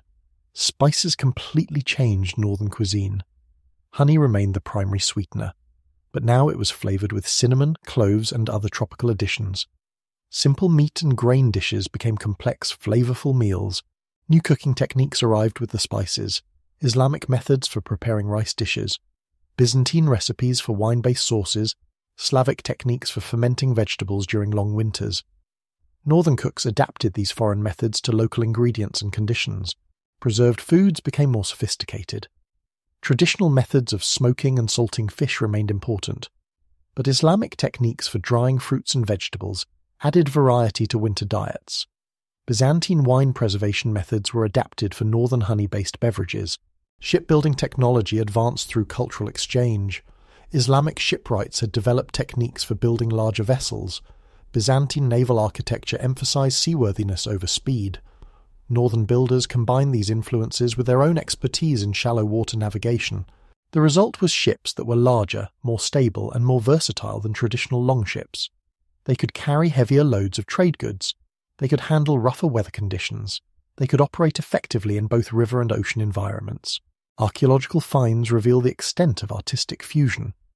Excavated graves from this period contain objects that defy simple cultural classification. A sword might have a Nordic blade with Islamic decoration and a Byzantine-style grip. A woman's brooch might combine Scandinavian amber with Slavic silverwork and Islamic geometric patterns. The emergence of distinctly Rus artistic styles showed how cultural exchange could create entirely new traditions. Rus artists learned Byzantine techniques but applied them to northern themes. They used Islamic geometric patterns but incorporated traditional Scandinavian animal designs. They created something that was neither purely northern nor southern but uniquely their own. Metalwork provides the clearest examples of this artistic fusion. Rus craftsmen learned Byzantine goldsmithing techniques. They adopted Islamic approaches to decorating silver objects, but they applied these methods to traditional northern forms like drinking horns and sword fittings. Textile production also showed cultural blending. Northern weavers learned to work with imported silk threads. They created fabrics that combined local wool with southern materials. They developed new dyeing techniques that used both local and imported colorants. Social and political evolution. The material changes reflected deeper transformations in how northern societies were organized. The wealth flowing along the trade routes created new social classes. The need to manage international commerce demanded new legal systems. The connections to distant civilizations required new forms of political organization. Urban centers grew dramatically along the major trade routes.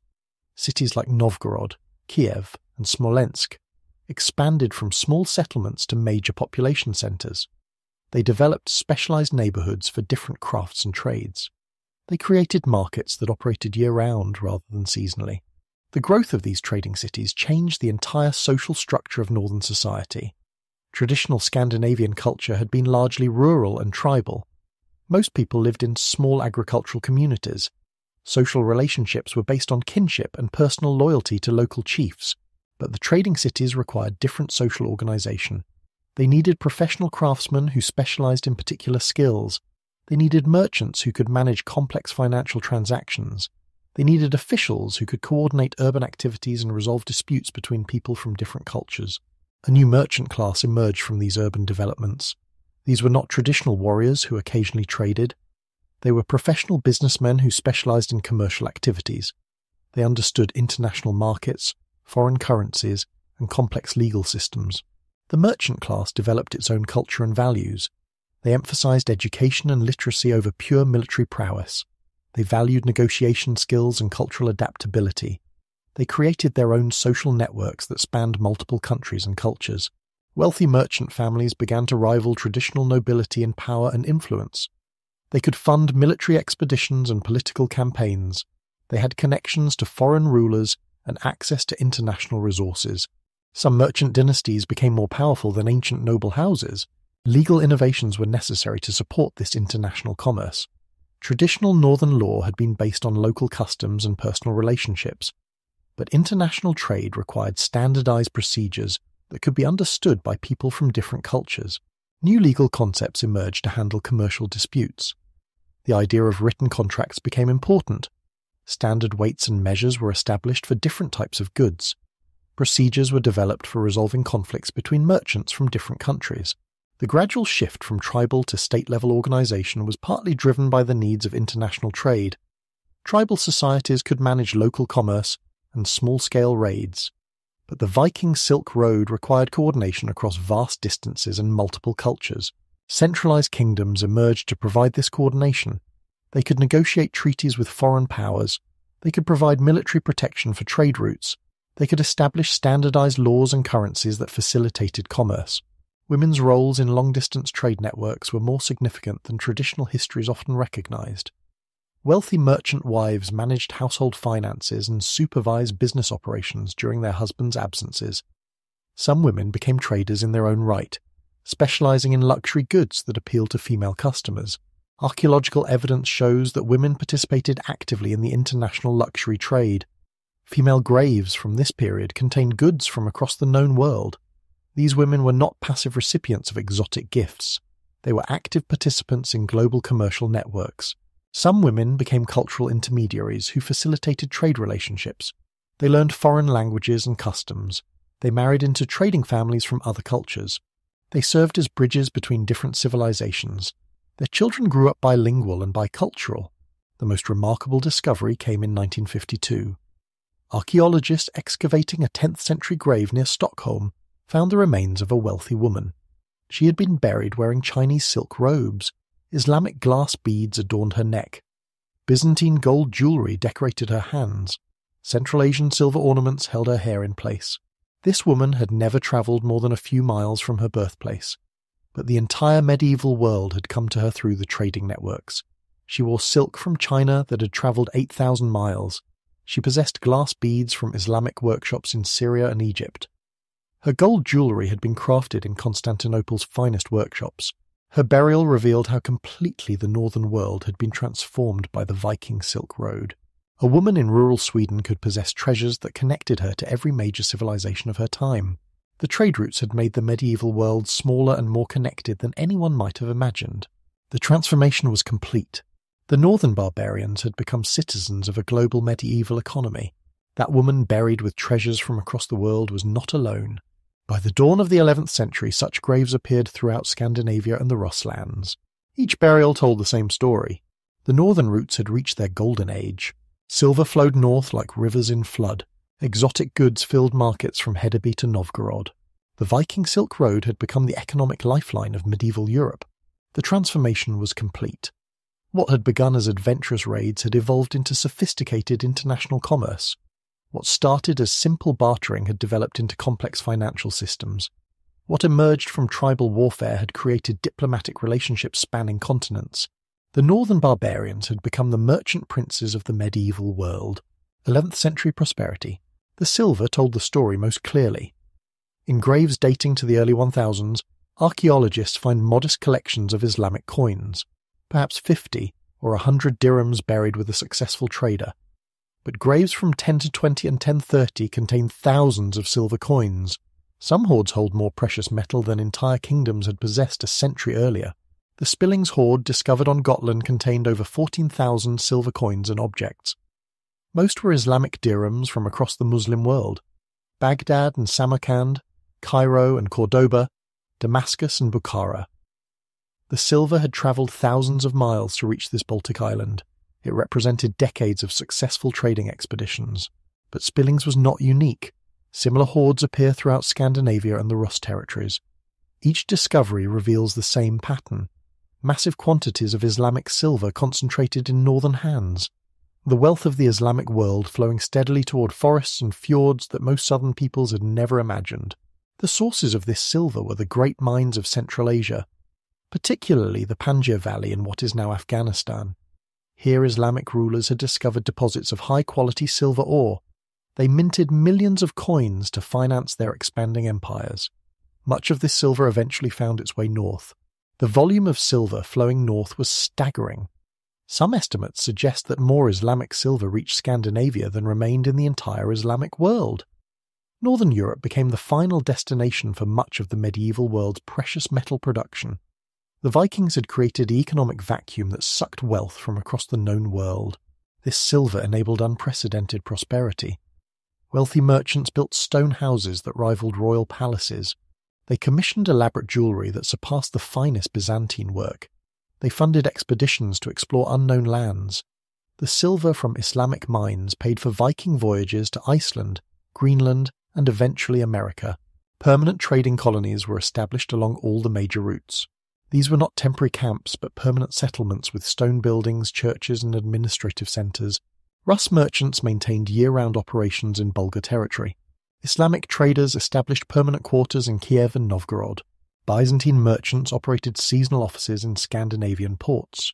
The colony at Temuterakhan on the Sea of Azov became a major commercial centre. It controlled trade routes between the Don River and the Black Sea.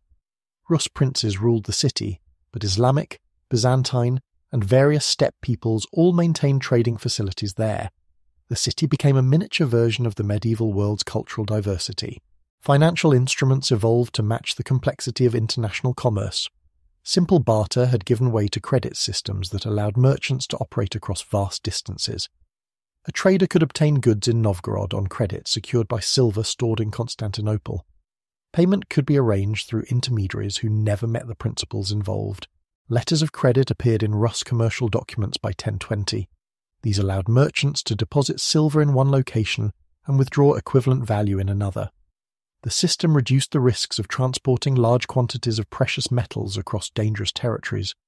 It also enabled larger and more complex trading ventures. Banking services emerged in the major trading centres. Wealthy merchant families began accepting deposits and making loans. They charged interest on advances and fees for currency exchange. Some families accumulated so much wealth that they could finance entire trading expeditions for other merchants. Nordic traders became fully integrated into international commerce. They appeared in Byzantine commercial records. They were mentioned in Islamic trading manuals. They participated in commercial disputes that were resolved in foreign courts. They had become citizens of a medieval global economy. Technological innovations improved both transportation and communication. Ship designs evolved to carry larger loads more efficiently. New navigation instruments reduced the risks of long-distance voyages. Communication systems allowed merchants to coordinate activities across vast distances. The development of river barges specifically designed for the Volga and Dnieper routes increased cargo capacity dramatically. These vessels could carry twice as much freight as traditional longships. They were more stable in rough water and easier to portage around obstacles. The improved transportation reduced costs and increased profits. Communication networks developed to serve the trading communities. Merchants established regular courier services between major cities. Messages could travel from Novgorod to Constantinople in a matter of weeks rather than months. Information about market conditions, political developments, and weather patterns circulated rapidly through the commercial network. The flowering of Rus culture under foreign influence reached its peak during this period. Cities like Kiev and Novgorod became centers of learning and artistic production that rivaled Constantinople and Baghdad. The wealth from trade-funded cultural achievements that would have been impossible in an isolated northern society. Churches built during this period showed the influence of multiple architectural traditions. St. Sophia Cathedral in Kiev combined Byzantine design principles with Islamic geometric patterns and Scandinavian craftsmanship. The result was uniquely beautiful and culturally sophisticated. Literature and learning flourished in the trading cities. Libraries contained manuscripts in Old Norse, Church Slavonic, Greek, and Arabic. Scholars translated works between different languages. They created new texts that combined knowledge from various cultural traditions. The commercial cities became intellectual centers that connected the scholarship of multiple civilizations. Artistic production reached new levels of sophistication. Jewelers created pieces that combined northern amber with Islamic silverwork and Byzantine enameling techniques. Weaponsmiths forged swords that merged Scandinavian steel with Islamic decorative patterns. Textile workers produced fabrics that wove together materials and techniques from across the known world. Individual merchants and their stories. Behind the great historical movements were individual people, men and women who risked everything on dangerous journeys, families who built commercial empires across multiple generations, adventurers who left their names carved in stone in distant lands.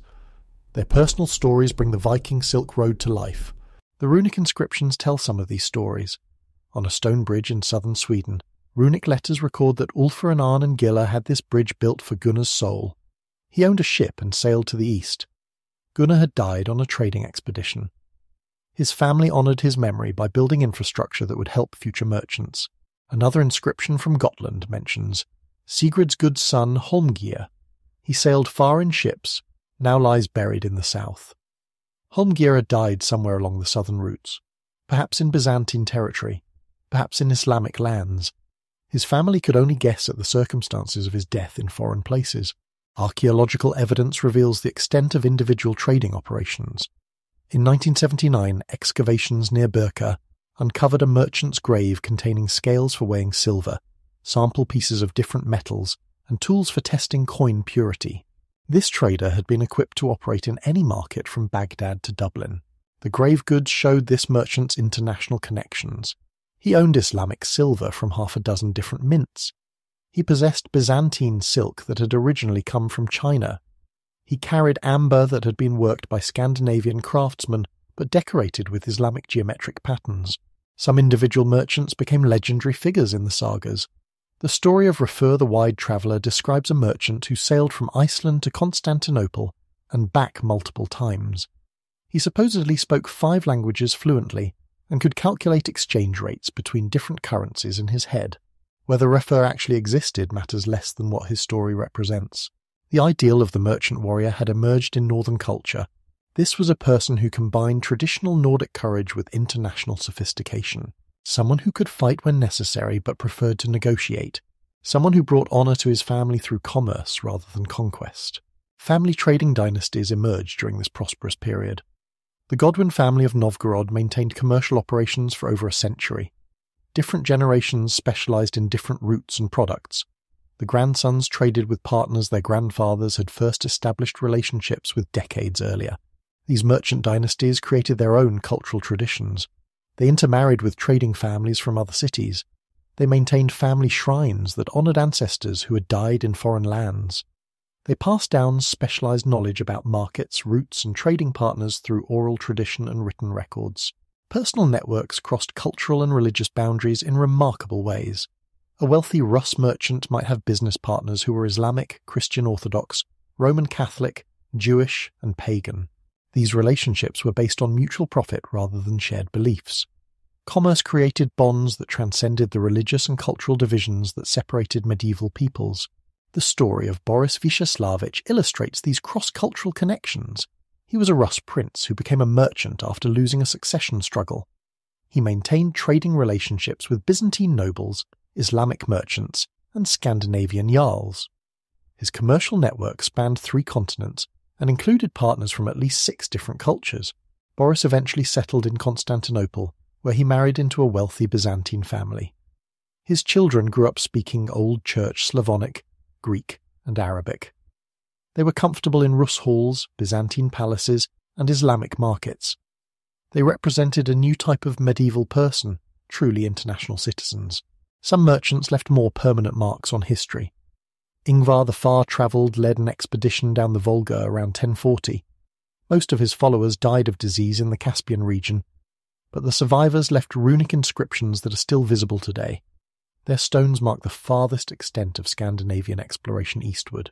The inscriptions left by Ingvar's expedition provide unique insights into the personal experience of long-distance trading.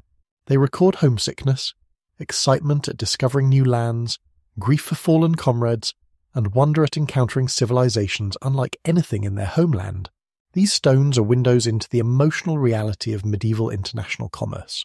The Christianization impact. The religious transformation of the northern lands had profound commercial implications. When Prince Vladimir of Kiev converted to Orthodox Christianity in 988, he created new trading relationships while potentially disrupting others. The Christianization of the Rus changed the nature of the Viking Silk Road itself. Vladimir's conversion was partly a commercial calculation. Orthodox Christianity connected Kiev to Byzantium's trading networks. It provided diplomatic advantages in negotiations with the Eastern Roman Empire. It created cultural bonds that facilitated business relationships with Orthodox merchants throughout the medieval world. But Christianity also created new restrictions. Christian merchants were not supposed to trade in slaves. They were expected to observe religious holidays that might conflict with optimal trading seasons. They were encouraged to conduct business according to Christian ethical principles that sometimes conflicted with pure profit maximization. The resolution of these conflicts varied by region and individual. Some Rus merchants abandoned the slave trade entirely after conversion. Others continued but justified it by claiming they were only selling pagans to Christian masters.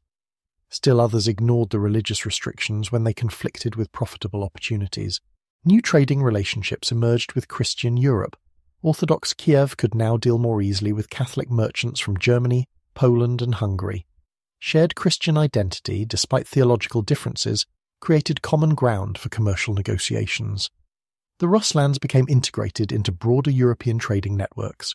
The church itself became involved in commercial enterprises. Monasteries needed funding for construction and maintenance. They often engaged in trade to raise necessary resources. The monastery of the Caves in Kiev became a significant player in the amber and fur trades.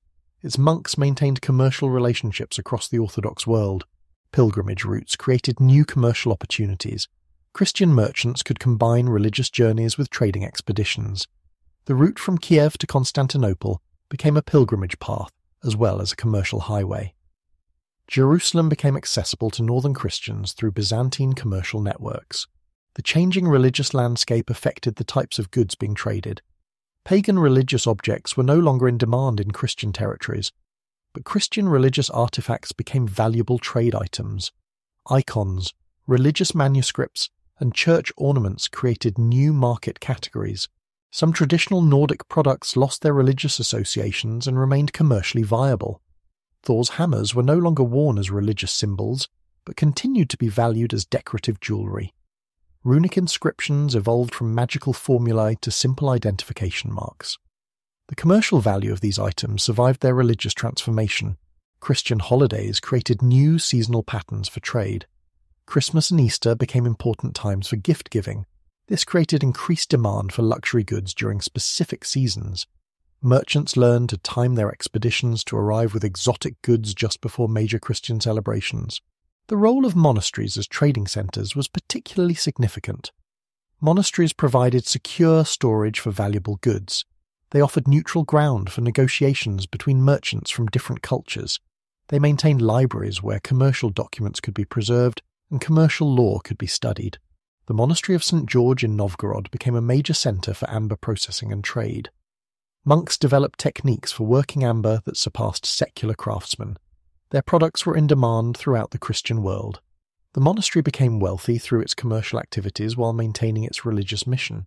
Church involvement in commerce created interesting legal situations. When Christian merchants had disputes with non-Christian partners, church courts sometimes claimed jurisdiction. These cases required judges who understood both commercial law and religious principles. New legal precedents emerged from these complex situations. The gradual Christianization of the trading routes changed their cultural character. Christian symbols appeared alongside traditional Nordic and Islamic decorative elements. Church bells rang in cities where pagan drums had once sounded. Christian prayers were offered for the success of expeditions that had once relied on sacrifices to Norse gods. But the fundamental commercial relationships remained strong. Christian Rus merchants continued to trade with Islamic partners. Business relationships survived religious conversions. The profit motive proved stronger than religious differences. The Viking Silk Road adapted to Christianity while maintaining its essential character. The Golden Moment. All of these developments reached their culmination around the year 1030. This was the moment when everything came together perfectly. The silver mines of Central Asia were producing at peak capacity. The Islamic world was prosperous and stable. The Byzantine Empire was secure and wealthy. The Rus lands were unified and peaceful. The northern routes operated with maximum efficiency. Archaeological evidence suggests that the year 1030 marked the absolute peak of silver flow northward. Hoards buried in that year contain more Islamic silver than any found before or after. The quantity is staggering. Conservative estimates suggest that a single year's trade brought more silver into Scandinavia than existed in all of Western Europe. This was not just about quantity. The quality and diversity of goods reaching northern markets was also at its peak. Chinese silk was more readily available than ever before. Islamic spices reached Scandinavian tables in unprecedented variety. Byzantine luxury goods were common in northern markets. The entire medieval world's production seemed to flow toward the northern forests. The moment represented perfect balance. All the factors that made the Viking Silk Road possible were operating at optimal levels. Political stability maintained peaceful trade routes. Economic prosperity provided purchasing power for luxury goods. Cultural sophistication created demand for international products. Technological advancement made transportation efficient and relatively safe. It was also the moment when the northern peoples had become fully integrated into medieval international civilization, while maintaining their distinctive cultural identity. They were no longer barbarians trading from the margins. They were sophisticated participants in a global economy. They had achieved the impossible, becoming cosmopolitan while remaining authentically northern. The silver flowing north in that extraordinary year would fund the last great age of Viking expansion. It would pay for Harold Hardrada's attempt to conquer England. It would finance expeditions that reached deeper into the Arctic than ever before. It would support the settlements in Greenland that would eventually reach North America. But it was also the end of an era. The perfect conditions of 1030 would never be repeated. Political changes in the Islamic world would reduce silver production. The Crusades would disrupt traditional trading patterns. New commercial routes would bypass the northern rivers. The Viking Silk Road had reached its golden moment. From this peak, the only direction was decline. The silver that had flowed north like a great river for 2 centuries began to slow. At first, the change was barely noticeable. A merchant might return from the Volga with slightly fewer Islamic coins than expected. A trading expedition to Constantinople might find fewer Byzantine buyers for northern furs. But by 1050, the signs were unmistakable. The Golden Age was ending. The decline came not as a sudden catastrophe, but as a gradual transformation. The forces that had created the Viking Silk Road were shifting. New powers were rising. Old alliances were crumbling. The medieval world that had made the northern routes profitable was changing into something different. The age of the river roads was giving way to the age of the open seas. But endings are also beginnings. As the classical Viking Silk Road faded, its legacy would spawn new adventures. The knowledge gained along those ancient waterways would fuel Russian expansion across the entire width of Asia. The northern route to riches would extend all the way to the Pacific Ocean. The Viking dream of Eastern wealth would find its ultimate fulfillment in ways the original merchants could never have imagined. The drying up of silver, the first signs of trouble appeared in the Islamic world itself. The great silver mines of Central Asia that had funded centuries of northern trade were beginning to show signs of exhaustion. The Panjshir Valley deposits that had produced millions of dirhams were yielding less ore with each passing year. The economic foundation of the entire system was weakening.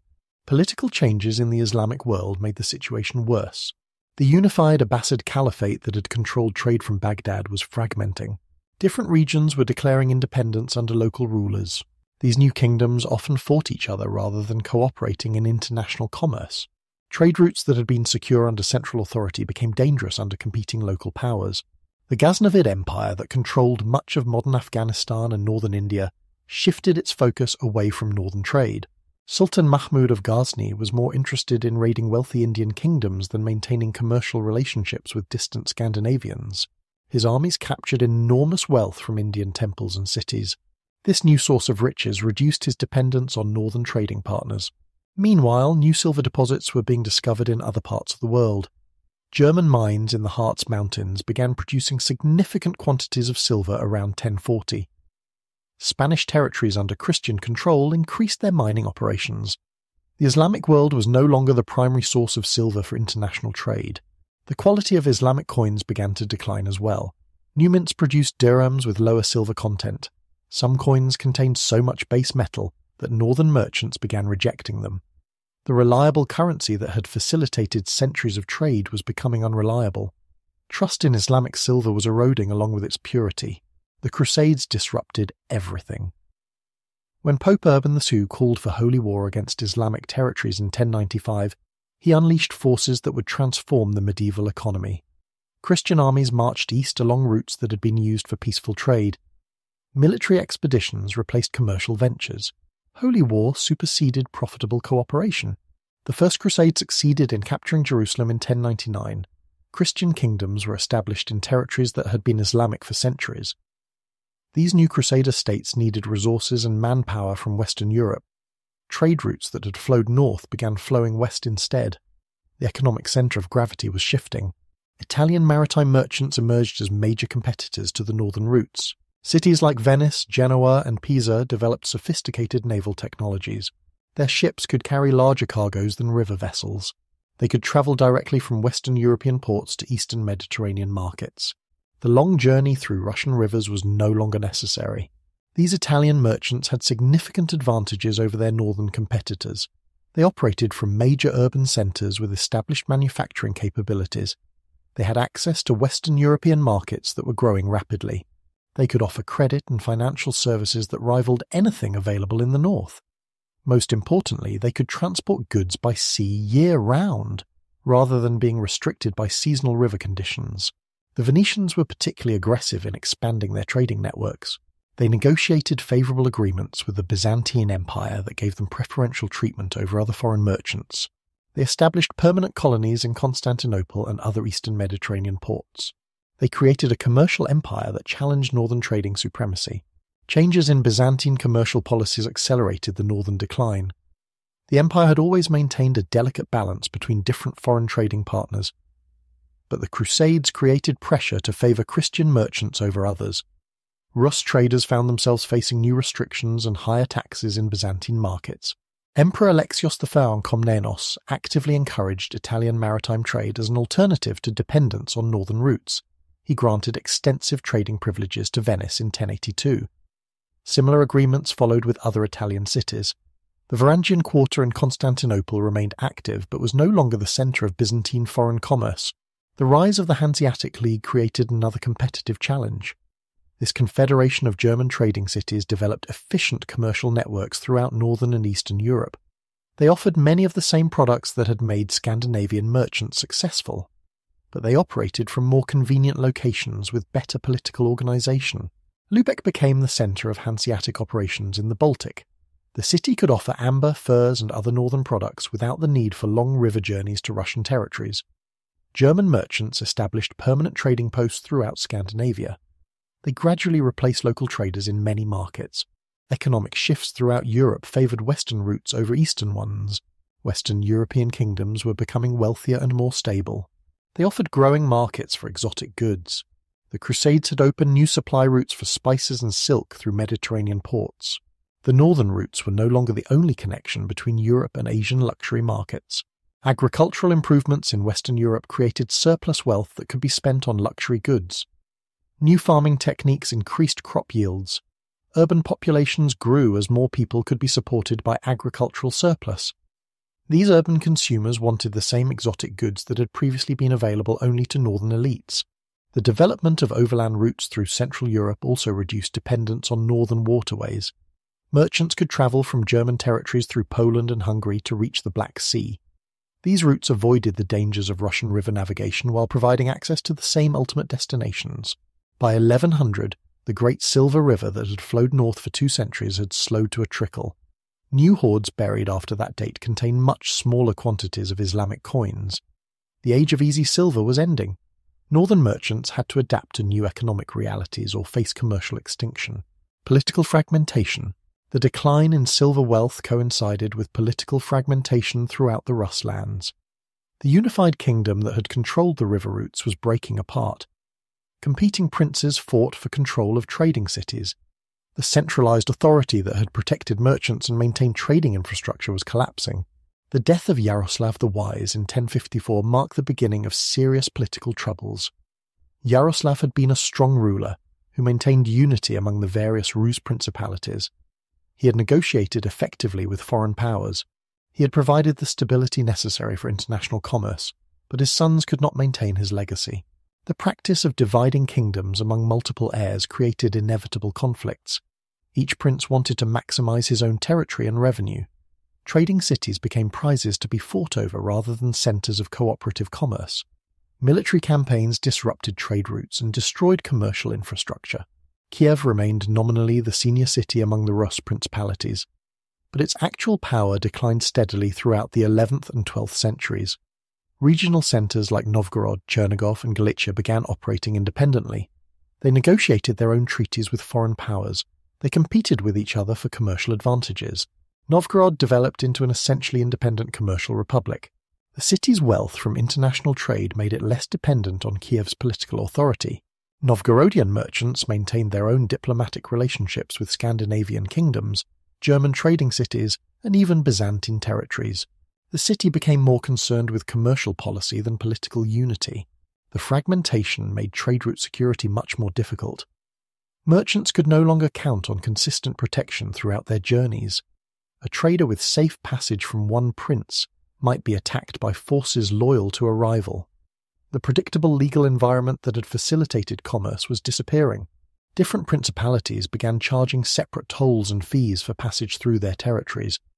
A single trading expedition might face multiple taxation points along its route. These additional costs reduced profit margins and made northern routes less competitive with alternatives. The political division was becoming economic inefficiency. The Mongol invasions of the 13th century dealt the final blow to the old system. Beginning in 1237, Mongol armies under Batu Khan swept across the Rus territories. They captured and destroyed Kiev in 1240. Most of the major trading centres were either destroyed or severely damaged.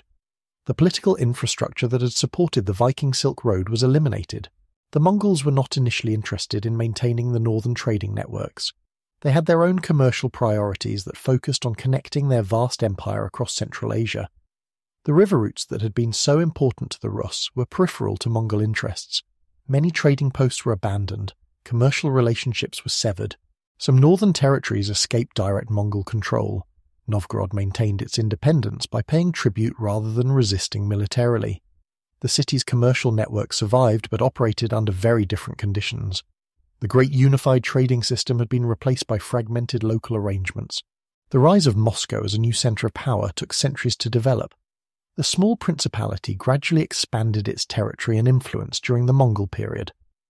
Moscow's princes learned to work with Mongol authorities while slowly building their own strength. But their focus was on territorial expansion rather than international commerce. Scandinavian kingdoms were also turning away from Eastern adventures. Norway, Denmark and Sweden were becoming more integrated into Western European political systems. They were developing closer relationships with England, France and the Holy Roman Empire. The eastern routes that had once seemed so promising were no longer priorities. The end of the Viking Age represented a fundamental shift in Scandinavian culture. The era of long-distance raiding and trading expeditions was giving way to more centralized monarchies, focused on territorial consolidation. Kings were more interested in controlling their own subjects than seeking wealth in distant lands. The adventurous spirit that had created the Viking Silk Road was being channeled in different directions. New trade routes were developing that bypassed the traditional river systems entirely. The growth of maritime technology made sea routes more practical and profitable. Ocean-going vessels could carry larger cargoes more efficiently than riverboats. The technological advantages that had made the northern routes competitive were disappearing. The Hanseatic League established direct maritime connections between northern European ports and international markets. German merchants could ship goods from Lübeck to Novgorod without using Russian river systems. They could transport Baltic amber and Scandinavian furs directly to Western European buyers. The complex river network was no longer necessary. Cultural priorities were changing as well. The merchant warrior ideal that had inspired the Viking Silk Road was being replaced by different values. Christian knighthood emphasized different virtues than pagan adventure-seeking. Territorial lordship became more prestigious than commercial success. The social foundations of the trading system were shifting. By 1200, the political conditions that had made the Viking Silk Road possible had largely disappeared. The unified Rus kingdom was divided. The major trading cities were weakened or destroyed. The Scandinavian kingdoms were focused elsewhere. The age of the northern river routes was ending. Cultural legacy, but the Viking Silk Road left permanent marks on the civilizations it had touched. 2 centuries of intensive cultural exchange could not be erased by political changes or economic decline. The languages, customs and identities of entire peoples had been shaped by the northern trading networks. The legacy would outlast the routes themselves. The impact on Russian culture and identity was profound and lasting. The very name Russia derived from the Rus traders who had created the river networks. The cultural synthesis of Norse organization with Slavic traditions became the foundation of Russian civilization. Modern Russia is unthinkable without the Viking contribution to its formation. The Orthodox Christianity that became central to Russian identity arrived along the trading routes. The architectural styles of early Russian churches showed clear Byzantine influence transmitted through commercial contacts. The artistic traditions that would define Russian culture for centuries were born from the cultural mixing along the river highways. Political concepts that shaped Russian development also arrived through the trading networks. The idea of centralized monarchy came partly from Byzantine models observed by Rus merchants and diplomats. Administrative techniques learned in Constantinople influenced the development of Russian governmental institutions. The trading cities became laboratories for political innovation. Linguistic heritage provides clear evidence of the extensive cultural exchange. Modern Russian contains hundreds of words borrowed from Old Norse during the trading period. Military terms, commercial vocabulary, and governmental concepts all show Scandinavian influence. The linguistic mixing reflects deeper cultural integration. Archaeological evidence continues to reveal the extent of the trading networks. Excavations throughout Eastern Europe uncover artifacts that demonstrate the global connections of medieval northern peoples. Islamic coins appear in Swedish graves. Byzantine jewellery is found in Russian tombs. Scandinavian weapons appear in Ukrainian archaeological sites. DNA studies of modern Eastern European populations show genetic contributions from Scandinavian sources. The mixing of peoples along the trading routes created biological as well as cultural legacies. Modern Russians, Ukrainians, and Belarusians all carry genetic markers of their Viking Age ancestors. The trading networks had demographic as well as economic consequences. The influence on medieval European economic development extended far beyond the immediate participants. The silver that flowed north eventually circulated throughout Europe. It provided the monetary foundation for economic growth in many regions. The commercial techniques developed along the northern routes influenced trading practices elsewhere. Legal innovations created to support international commerce along the river routes became models for later commercial law. Concepts of contract enforcement, dispute resolution, and commercial regulation developed in the trading cities influenced legal systems throughout Europe. The northern routes were laboratories for international commercial law. The transformation of Nordic culture through Eastern contact was equally significant. Traditional Scandinavian society had been largely tribal and agricultural. Contact with urban civilizations along the trading routes introduced new social concepts. The merchant class that emerged changed the fundamental structure of northern society. Artistic and technological knowledge flowed northward with the trade goods. Scandinavian craftsmen learned new techniques from Islamic and Byzantine masters. They adapted foreign artistic styles to northern themes and materials. The result was a flowering of northern European art that would not have been possible without Eastern influences. Educational developments also reflected the trading connections. Literacy rates increased in areas connected to the international networks. Foreign languages were learned for commercial purposes. Mathematical and navigational knowledge improved through contact with more advanced civilizations. The trading routes became channels for intellectual development. The preservation of knowledge about the trade routes in sagas and chronicles ensured that memory of the Viking Silk Road would survive its political and economic decline. Icelandic sagas recorded stories of Eastern adventures. Russian chronicles preserved accounts of early trading expeditions. This literary heritage kept alive knowledge of the northern routes long after they had ceased to function. The saga literature that developed partly from Eastern trading experiences became a distinctive contribution to world culture. Stories of adventures in distant lands, encounters with exotic peoples, and the accumulation of foreign treasures captured imaginations for centuries. The Viking Silk Road lived on in literature even when it no longer existed in reality. Historical consciousness was shaped by memories of the trading period. Medieval Northern Europeans understood themselves as participants in a wider world because of the connections created along the river routes. This cosmopolitan self-image influenced political and cultural developments for centuries after the routes themselves had declined. Religious syncretism showed the deep cultural impact of the trading connections. Orthodox Christianity, as it developed in Russia, incorporated elements that reflected the diverse cultural contacts of the trading period. The result was a distinctive form of Christianity that showed influences from multiple traditions encountered along the river routes.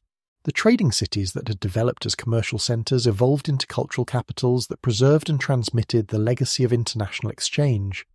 Novgorod, Kiev, and other centres remained important even after their commercial significance declined. They became repositories of the cultural achievements of the trading era. Women's roles in society had been permanently altered by participation in international trading networks. The cultural horizons expanded through foreign contact, created new possibilities for female participation in economic and social life. Archaeological evidence shows that women continued to possess foreign luxury goods long after the trading period ended. The ultimate realization was that the Viking Silk Road had not simply ended, but had transformed into something even greater. The knowledge of northern routes to Eastern wealth had been preserved in Russian consciousness. When political conditions allowed, Russian explorers and merchants would extend these routes all the way across Siberia to the Pacific Ocean. Ivan the Terrible's conquest of Siberia in the 16th century represented the continuation of the Viking dream of Eastern riches. Russian fur traders and explorers followed river routes across the entire width of Asia. They established trading posts that connected the Arctic Ocean to Chinese markets. The Viking Silk Road had evolved into the Russian Pacific route. By the 18th century, Russian merchants were trading directly with China through overland routes that stretched from St. Petersburg to Beijing. The northern route to Eastern wealth had achieved its ultimate fulfillment. What had begun as Viking expeditions down Russian rivers had become a transcontinental trading system that connected Europe to the Pacific. The river roads had become the foundation for the largest territorial empire in human history. The Viking dream of unlimited eastern expansion had finally been realized. The Russian expansion across Siberia that fulfilled the Viking dream was not just legend. It was fact written in silver and gold buried in the earth. For centuries, farmers ploughing fields would occasionally strike metal with their tools. They would uncover pots filled with ancient coins, graves containing exotic treasures, fragments of a forgotten world that had connected northern forests to distant empires. These accidental discoveries hinted at something extraordinary. But it was not until the 20th century that archaeologists began to understand what they were finding. Each silver hoard told a story. Each grave good revealed connections that spanned continents. Each runic inscription marked the passage of adventurers who had travelled farther than anyone imagined possible. Modern science has given us new eyes to see the past. We can trace silver coins back to the specific mines where they were created. We can read DNA, like ancient manuscripts that tell stories of population mixing. We can use computers to model trade networks that connected medieval civilizations. The Viking Silk Road that had faded from historical memory was being reconstructed one artifact at a time. Treasure hoards and their stories. The Spillings hoard remains the most spectacular discovery. Found on the Swedish island of Gotland in 1999, it contained over 14,000 silver objects and coins. Most were Islamic dirhams from across the Muslim world, but mixed among them were Byzantine coins, Slavic jewellery and Scandinavian silverwork. The hoard was like a museum of medieval international commerce buried in a single location. The coins in the Spillings hoard told stories of incredible journeys. Some dirhams had been minted in Samarkand at the heart of the Silk Road. Others came from Cairo, where the Nile met the Mediterranean. Spanish coins from Córdoba showed that Islamic silver had travelled across the entire width of the known world before reaching northern Europe. A few Byzantine solidi proved that the hoard's owner had traded in Constantinople's markets. But Spillings was not unique. Similar hoards appear throughout Scandinavia and the Rus territories. Each discovery adds pieces to the puzzle of medieval international trade. The Cudel hoard found in England contained over 8,600 items, many of Islamic origin. The Harrogate hoard discovered in 2007 included silver from as far away as Afghanistan and Central Asia. These treasures were evidence of a global medieval economy. The dating of these hoards reveals the rise and fall of the Viking Silk Road. Hoards buried in the 9th century contain modest quantities of foreign silver. Those from the 10th century show dramatic increases in both quantity and geographic diversity. 11th century hoards like Spillings represent the absolute peak of accumulation, but hoards buried after 1100 contain much smaller quantities of Islamic silver. The pattern matches perfectly with historical accounts of the trade route's decline. Individual grave goods tell more personal stories. In 1952, archaeologists excavating near Birka found the grave of a female merchant or merchant's wife. She had been buried with scales for weighing silver, sample pieces of different metals and tools for testing coin purity. Her grave goods came from across the known world. Chinese silk, Islamic glass beads, Byzantine gold jewellery, and Scandinavian amber all accompanied her to the afterlife. This woman's burial revealed the sophisticated nature of Viking Age international commerce. She had not been a casual collector of exotic objects. She had been a professional trader who understood the technical aspects of international monetary exchange. Her tools showed that she could evaluate the purity of silver coins from multiple mints. She could determine fair exchange rates between different currencies. She had been a medieval international banker. Another remarkable discovery was made in 1873 near Kiev. Archaeologists found the grave of a Rus warrior merchant buried with his ship.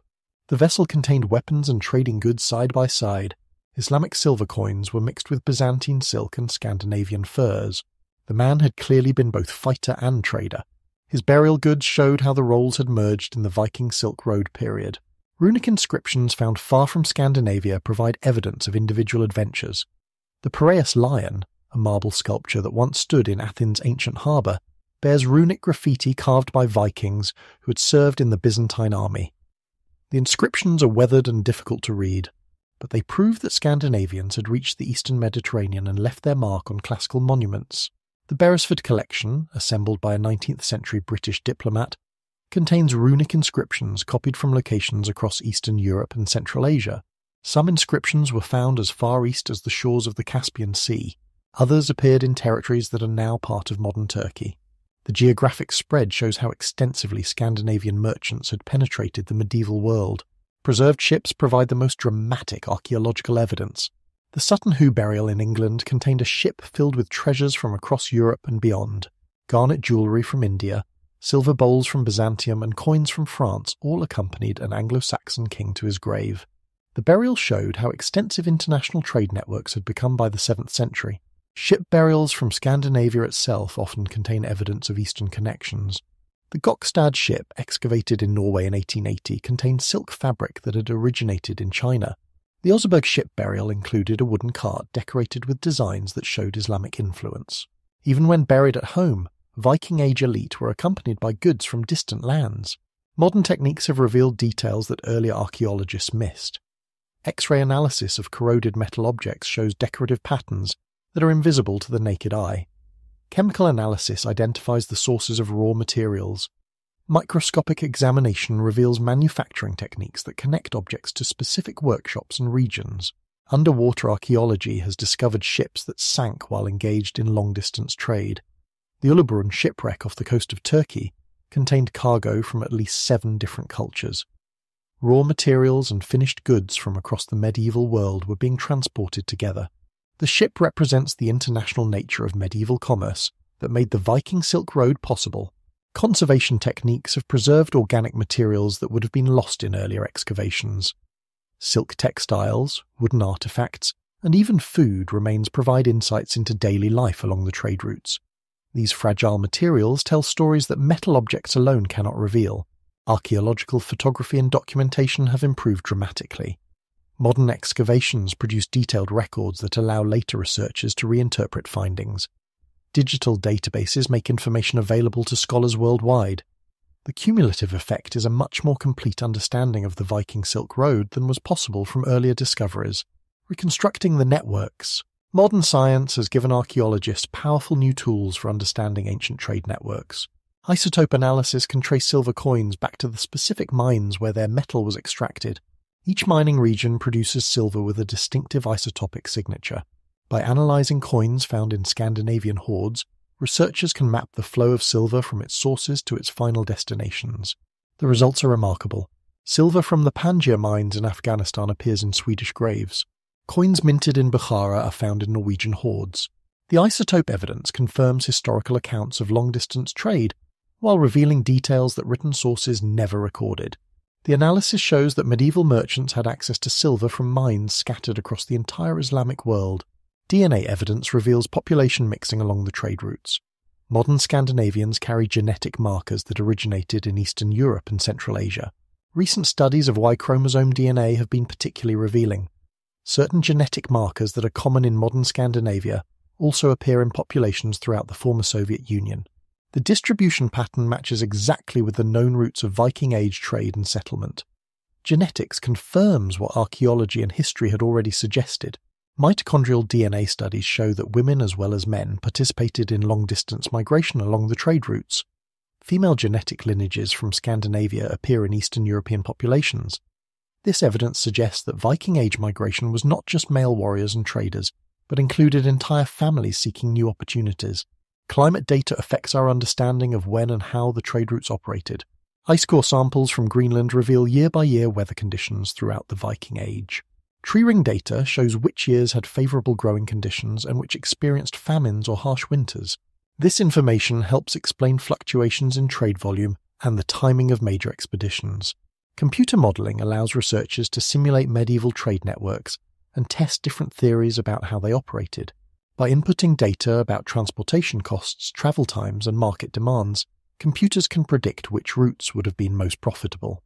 The models help identify key nodes in the network and explain why certain cities became major trading centres. International cooperation has become essential for understanding the Viking Silk Road. The trade network spanned multiple modern countries. No single nation's archaeology can tell the complete story. Russian, Scandinavian, and Western European researchers must share data and coordinate their investigations. Joint expeditions combine expertise from different archaeological traditions. The European Union has funded several major projects to study medieval trade networks. These initiatives bring together archaeologists, historians, linguists, and scientists from multiple countries. They create databases that make information available to researchers worldwide. The collaborative approach is revealing patterns that would be invisible to national archaeological programs. New discoveries continue to change our understanding. In 2019, metal detector enthusiasts in Denmark found a massive Viking Age silver hoard containing over 600 pieces. The discovery included jewellery and coins from across the medieval world. Analysis is still ongoing, but preliminary results suggest the hoard was buried during the late 10th century at the height of the Viking Silk Road. Satellite imagery is identifying potential archaeological sites along the ancient trade routes. High-resolution images reveal landscape features that may mark the locations of lost settlements. Ground-penetrating radar can detect buried structures without excavation. These techniques allow archaeologists to survey vast areas and target the most promising locations for detailed investigation. Digital reconstruction techniques can recreate ancient sites and artifacts in 3 dimensions. Researchers can examine objects from every angle and share detailed images with colleagues worldwide.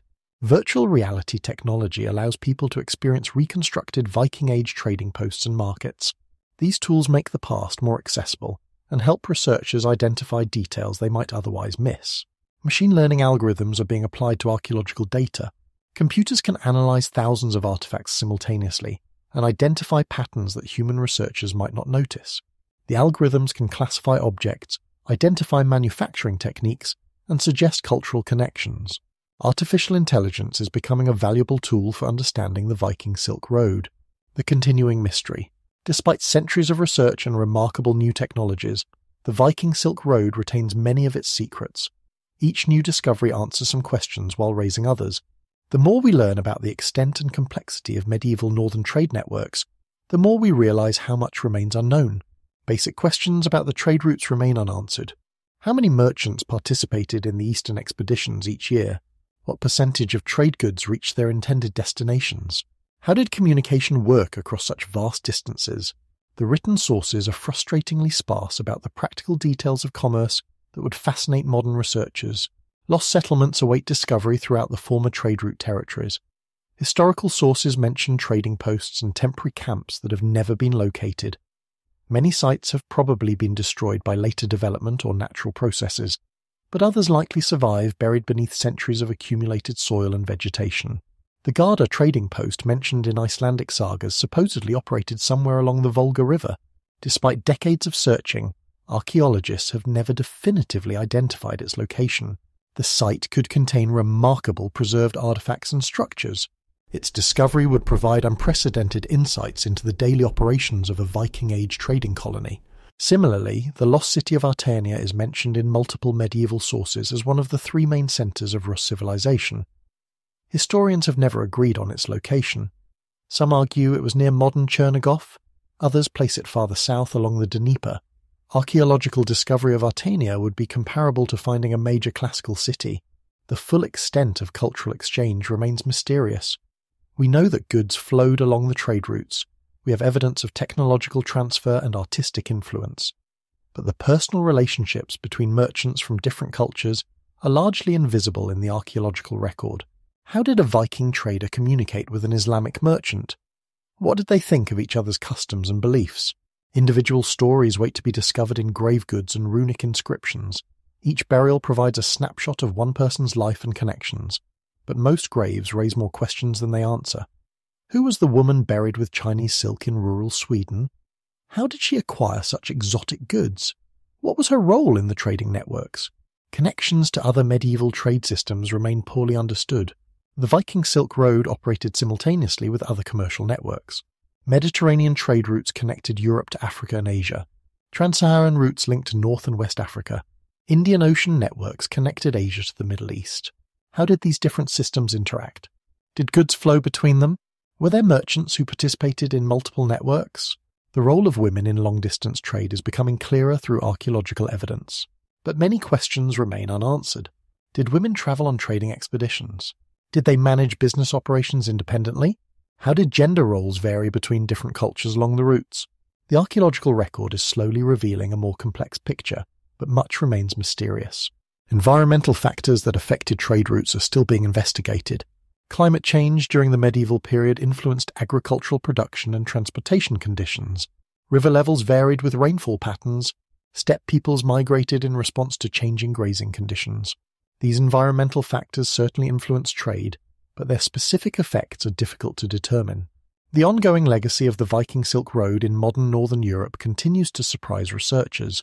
Linguistic influences appear in unexpected places. Cultural practices may preserve elements of medieval international contact. Traditional crafts sometimes show techniques that originated along the ancient trade routes. The legacy is woven so deeply into Northern European culture that separating medieval influences from later developments requires careful investigation. Archaeological techniques continue to improve and may reveal evidence that is invisible to current methods. Ground-penetrating radar becomes more sophisticated each year. DNA analysis can extract genetic information from increasingly ancient and degraded samples. Chemical analysis can identify increasingly subtle traces of ancient activities. Future discoveries may revolutionize our understanding of the Viking Silk Road just as recent advances have transformed our current knowledge. The mystery ensures that the Viking Silk Road remains fascinating to researchers and the public alike. Each new discovery provides tantalizing glimpses of a medieval world that was far more connected and complex than previous generations imagined. The ancient routes that once carried silk and silver now carry dreams of discovery that continue to inspire new generations of archaeologists and historians. As we drift towards sleep, we can imagine future archaeologists carefully excavating a new site somewhere in the vast territories once traversed by Viking merchants. Perhaps they will uncover a perfectly preserved trading post. Maybe they will find a ship burial containing goods from every corner of the medieval world. The mysteries waiting to be discovered ensure that the story of the Viking Silk Road will continue to unfold for generations to come. Those future archaeologists carefully excavating new sites will discover more than artifacts and silver coins. They will find evidence of something eternal in human nature, the drive to reach beyond familiar boundaries, the desire to connect with distant peoples, the dream of transforming ordinary lives through extraordinary journeys. The Viking Silk Road was not just about medieval merchants and ancient trade routes. It was about the eternal river of human aspiration that flows through every age.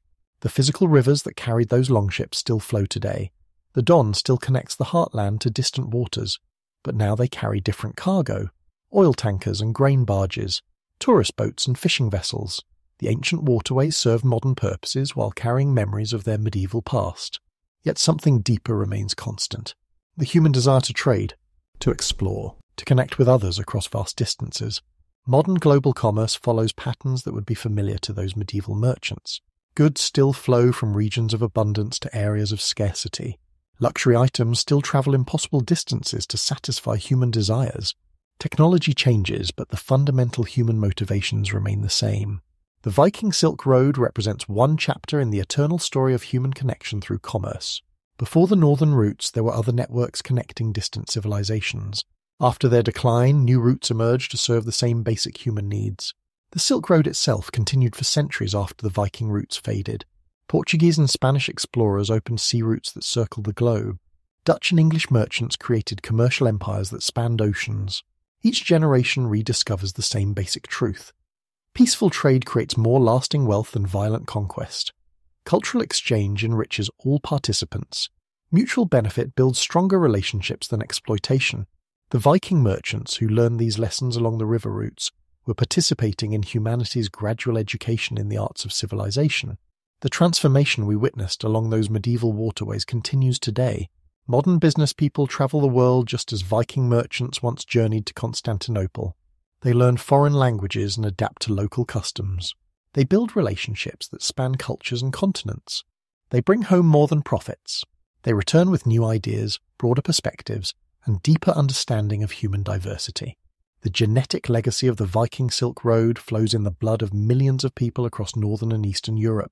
Russian families carry DNA from Scandinavian ancestors who settled along the trade routes. Swedish families show genetic markers from Eastern European populations. Ukrainian and Belarusian lineages include contributions from medieval Norse traders. The mixing of peoples that occurred along the commercial routes created lasting biological connections between distant regions. Cultural legacies persist in languages, customs, and artistic traditions. Russian architecture still shows influences that arrived along the medieval trade routes. Scandinavian folk art contains motifs that originated in Byzantine workshops. Religious practices preserve elements of the cultural synthesis that occurred in medieval trading cities. The river routes created cultural currents that continue to flow through modern European civilization. The eternal human stories continue as well. Young people still leave home seeking fortune in distant lands. Families still build businesses that span generations and continents. Individuals still transform themselves through contact with foreign cultures. The personal dreams that drove medieval merchants toward unknown horizons inspire modern entrepreneurs and adventurers. The river of commerce that once carried Viking longships now flows through fiber-optic cables and satellite networks. Medieval merchants who waited months for news from distant partners would marvel at instant global communication, but they would understand the essential motivations. The desire to buy low and sell high, the thrill of successful negotiations, the satisfaction of profitable partnerships, the dream of wealth that could transform ordinary lives into something extraordinary. The seasonal rhythms that once governed medieval trade have given way to continuous global commerce. But natural cycles still influence human activity. Agricultural harvests still determine food prices. Weather patterns still affect transportation costs. Political stability still matters for international business. The fundamental factors that influenced the Viking Silk Road continue to shape modern global trade. The courage required for long-distance commerce remains constant as well. Medieval merchants who risked everything on dangerous expeditions were the ancestors of modern entrepreneurs who invest their fortunes in untested ventures. The uncertainty, the potential for great gain or devastating loss, the need for careful planning and adaptive flexibility, these challenges remain essentially unchanged. The cities that grew up along the Viking Silk Road, Novgorod, Kiev, Constantinople, continue to play important roles in modern commerce and culture. They have adapted to new technologies and political systems while maintaining their essential character as places where different cultures meet and exchange ideas. The trading posts of the medieval world became the international cities of the modern era. Perhaps most importantly, the Viking Silk Road demonstrated that cultural barriers can be overcome through patient relationship building. Medieval merchants learned to work with Islamic scholars, Byzantine nobles, and Slavic farmers despite vast differences in language, religion, and customs. They proved that mutual benefit could create bonds stronger than cultural prejudice. This lesson remains relevant in our modern globalized world. The story we have followed through 3 centuries of medieval history continues today in new forms. The eternal river of human commerce still flows from regions of abundance toward areas of need. It still carries dreams of transformation and connection. It still creates bonds between distant peoples and cultures.